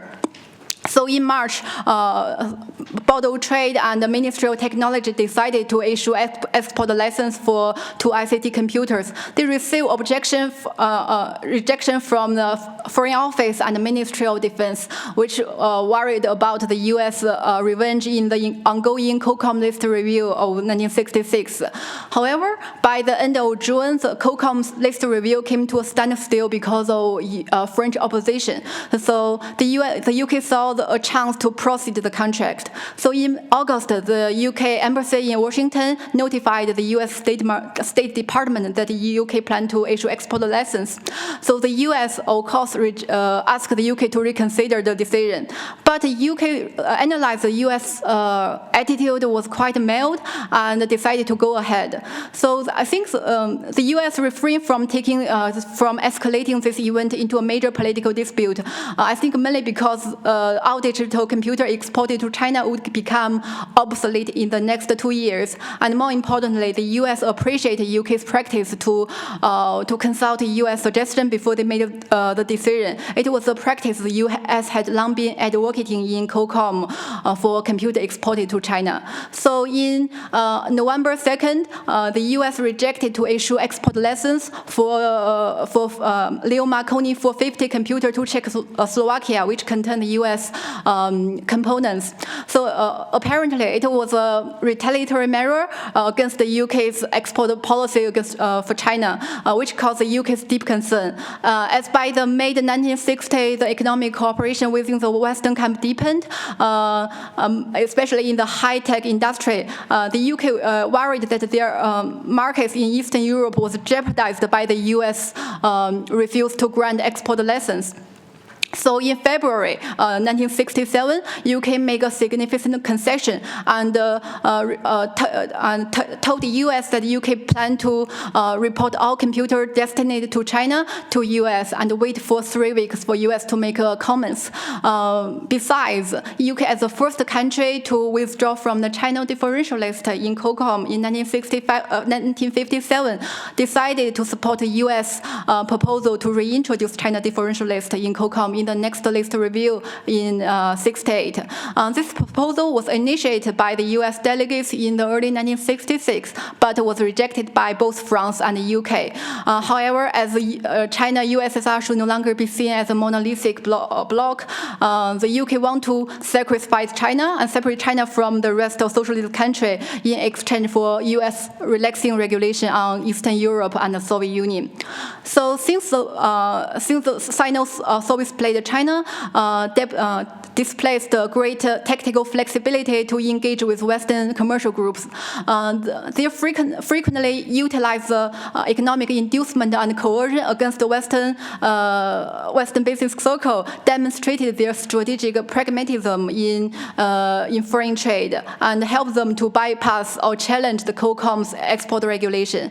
But by the mid-1960s, as the economic collaboration within the Western can deepen, and China's domestic development asked them to ask for much advanced technology, they were more vulnerable to the U.S. economic sanctions than the 1950s.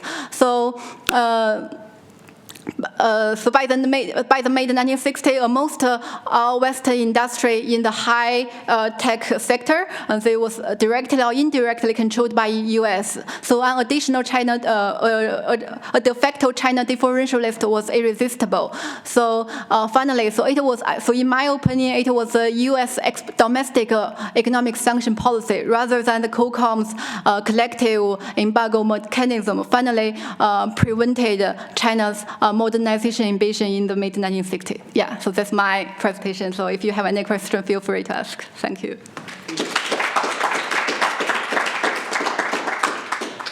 Okay, I think it would be best if we do one round of questions, one after the other, and then just one round of answers. Yeah.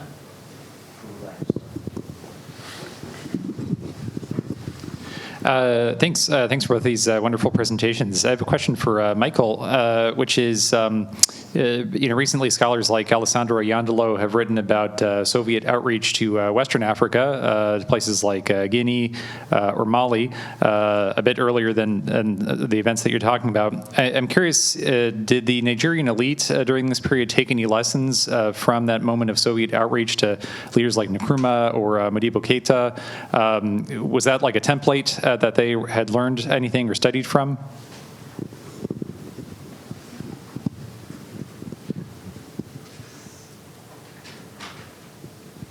Let me quickly jump in. A question first, for Yi. How important were computers in this US-British tension about exports to the socialist bloc? Because there were other export items too that were, that created tension, like airplanes, all sorts of, other things. So, how important was this item in this overall picture? And a question for you, Michael, basically also because I'm not at all an Africanist, so I just don't know, but I know the Cold War literature a little bit. So to add one more, author, Teletnevna, like how important was this later on for the people in the Portuguese-speaking colonies to sort of think about what happened? I mean, some of this happens around the same point in time, of course, right? But yes, also basically the same question, but for another, sort of constituency in Africa that you had. Yes. So a question for E. So I don't know if there's information available on this, but it seems like the question of computing is largely a question of sensitivity in terms of military issues, right? We saw that the jet engine testing was rejected, for example, as a reason for a computer. But by the 1970s, the Soviets were interested in cybernetics, right, and the utility of computing as a way of running a planned economy. And I mean, the Chileans under Allende has this whole program about using computing as a way of running the planned economy. So I mean, this is, to the best of my knowledge, this is not something that was sort of top of mind in Beijing in the 1970s, but I'm wondering, was there any reaction to the notion of computing and cybernetics as a way of running a planned economy, and did that play any role whatsoever in Chinese desire for computing power?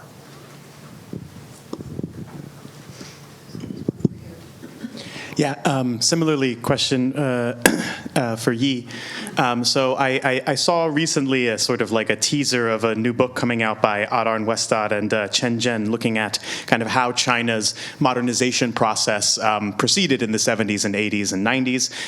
And one point that the sort of blurb really emphasized was how this was very much mediated by foreign technology, foreign researchers, foreign workers, and various people from the West that were brought in to help, sort of saying like this is not the type of modernization that anyone in China would have imagined basically in the 1960s. So I'm curious if you have any thoughts or even just as a suggestion for the larger project of where this story fits in to the broader story of China's modernization efforts, both in this period and after it, and if your research adds anything to that has been missed or can flesh out that story a little bit.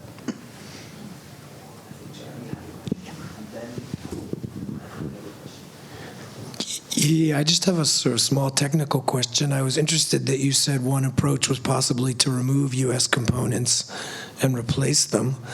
Was that a kind of common strategy that, especially I consider this the early age of computing, that was viable, or was that more of a kind of stretch or reach to just try and creatively address what was a very difficult problem to overcome? Can we do the baton? Thank you. Well, I just have a follow-up question to Jeremy and Bill, and it's very practical. What did the Chinese do with these computers? Did they try to do reverse engineering and then copy these machines? I mean, the US said they were not so sophisticated. You mentioned that they would be outdated in 2 years. Well, that's a normal rhythm of computer development, but that could be useful for the things that these two asked. I mean, not using it for weather forecast, but then making it more useful in a way as clones. Can I ask one? Great. Yeah, thank you both for great presentations. This is a question for Michael, just because I'm interested in dams. I wondered if you talked a little bit more about you had a dam that was Nigeria's Aswan Dam, the kind of Kenji, is that what it is? I'm curious if going back to an earlier conversation, were there forcible displacements from the building of the dam, and how did that kind of clarification or alteration of the kind of ethnic and sectarian makeup maybe of the country, was that part of the larger picture? How did that displacement of people and the particular siting of that particular dam, how did that work in the global kind of Cold War politics? Okay. I'm going to get back to you. Michael, do you want to? Yeah. Sure. Do you want to go first? Yes, I'll go first. To answer Jeremy's question, actually, during this period, both the Nigerian government and even from the Soviet Union side were actually cautious of past events and interactions with previous governments, including the USSR. Take, for instance, like the case of the Ghanaian Nkrumah. During this period, when the Soviet needed cocoa, for example, and with the topple of the government in Ghana, the Soviets were quick to realize that they needed some kind of an alternative source for them to get this cocoa, and they were thinking ahead, And for example, Nigeria was one of their purview at this period, and they did not even miss, the chance opportunity to grab, to initiate this contact with Nigeria when she needed help, for example, and cash was actually substituted, in place of, for cocoa during this period. The USSR supplied the weapon and they supplied cocoa in return. And also on Nigerian side, it was actually because of the previous history with other African countries, including the Congo. that prompted Gowon to be kind of proactive in dealing with the USSR and the United States.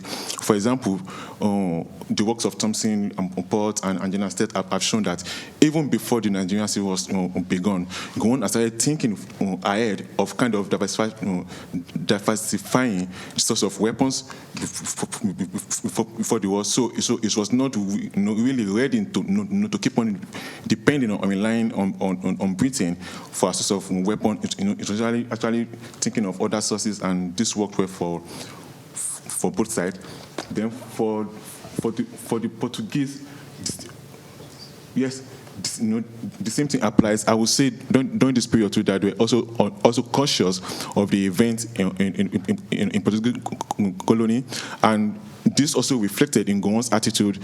For example, it kept on making it clear to them that he was not aligning with any country, any powers during this period, even though eventually during the war, he was forced to still kind of, reach out to the Soviets for support. But it was obvious that he was thinking and trying to be pragmatic, in his dealing with these superpowers, so that he doesn't end up, being disappointed as Nigeria was actually, at the inception of the war. But because of his kind of, foresight and kind of being careful and being reasonable, he was able to keep the Western Bloc on their tool by getting weapons from both sides. And the reaction elicited in Nigeria, both in the press and even in Russia, kind of prompted the Soviet Union government to act.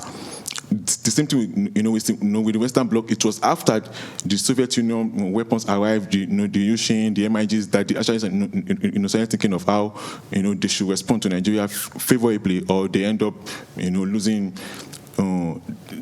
their interest in the country.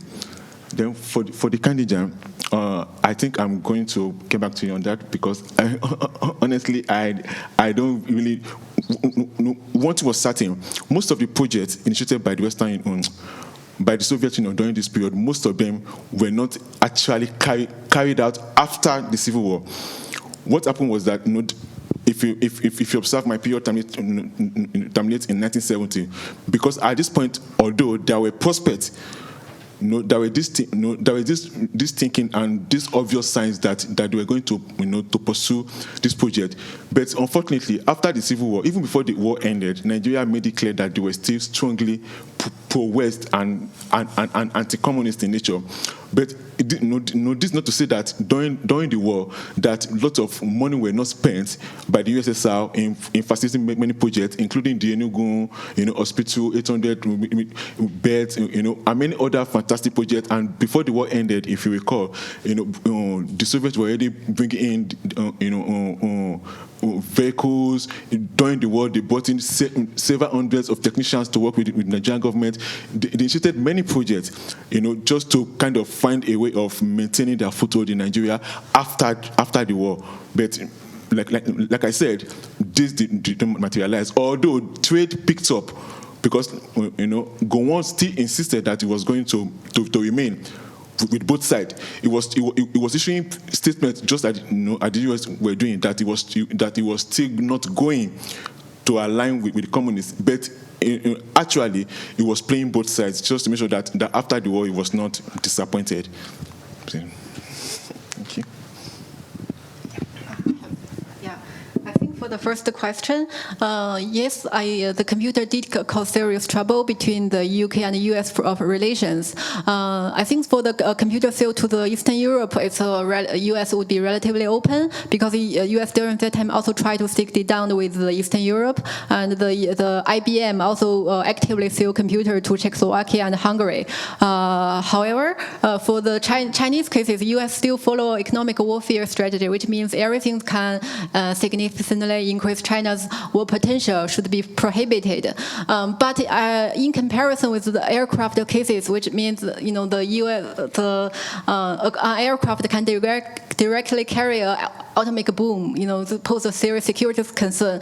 Without the computer, Chinese nuclear project could only slow the speed. They will not cancel it. So yes, it did cause some trouble, but it is less tensions than the aircraft and other much strategic products in COCOM. And for the second question, so Chinese authority has already listed computer as a emergent measure in the 1956. So in January 56, the Chinese Prime Minister Zhou Enlai told the Chinese scientists who returned from the U.S. Said that the next revolution is the computer revolution. So that's why China accelerated the domestic made computer program. But by the 1950 and 1960, the Chinese scarcely needed a computer. So those computers are mainly used for military sector. And it was until 1970 when Western country relaxed its computer regulation on China, there are more computer has been applied for the civil purposes, such as economic planning. For the third question, yes, the Chinese computer project was participated by both Soviet specialists and also the Chinese scientists who returned from the US, UK, and Western Europe.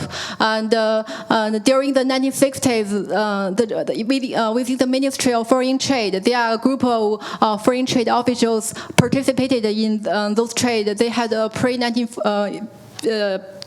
before the communist revolution, before 49, they are like the traders, bankers, or sometimes like they study economics in US or UK. So those people cultivated extensive network with UK, with Western Europe, and they actively explore the overseas market for China to purchase the computers. So I think for a broader question, I think for my PhD dissertation, I have a kind of very brief statement that I think either 1949 or 1978 should not be seen as a watershed to analyze Chinese foreign relations. We need to place the Maoist China under a bigger framework, like the long 20th century for the Chinese political elites to transform the country into a modern industrial one. So for the so sometimes they show some flexibility in their ideology, mainly because they think the communism or socialism is a way for them to construct China. Instead of like the Soviet Union, they wholeheartedly believe the economic measure implemented by the Soviet Union could work. For the first question, yes, the computer. I think for those analog computer or the basic digital type of computer, they can easily find a replacement, like from the French sources or from the Japanese sources. But for those most advanced man, to find a replacement means the computer manufacturer they need to redesign the structure of the computer. It would cost a lot of time and money. So for the Chinese, they don't want to pay for the extra money, and this lowers the interest of those computer manufacturers to sell computers to China. So by the 1968, only the Japanese computer they could be free of the U.S. original products. But the Japan during the 1960s they still heavily rely on the U.S. and are unable to break some restriction. So for the Chinese computer purchased from the West. I only found one primary sources from the China to say that China, I think it's the Alien 803 computer. China purchased it for claiming it would be meteorological research in Harbin, but in fact they use it for the military purpose. And Harbin was a computer research center in the 1950s, 1960s. So I assume China uses computers for the military purpose instead of the claimed civil reasons. Yeah. Thank you both so much.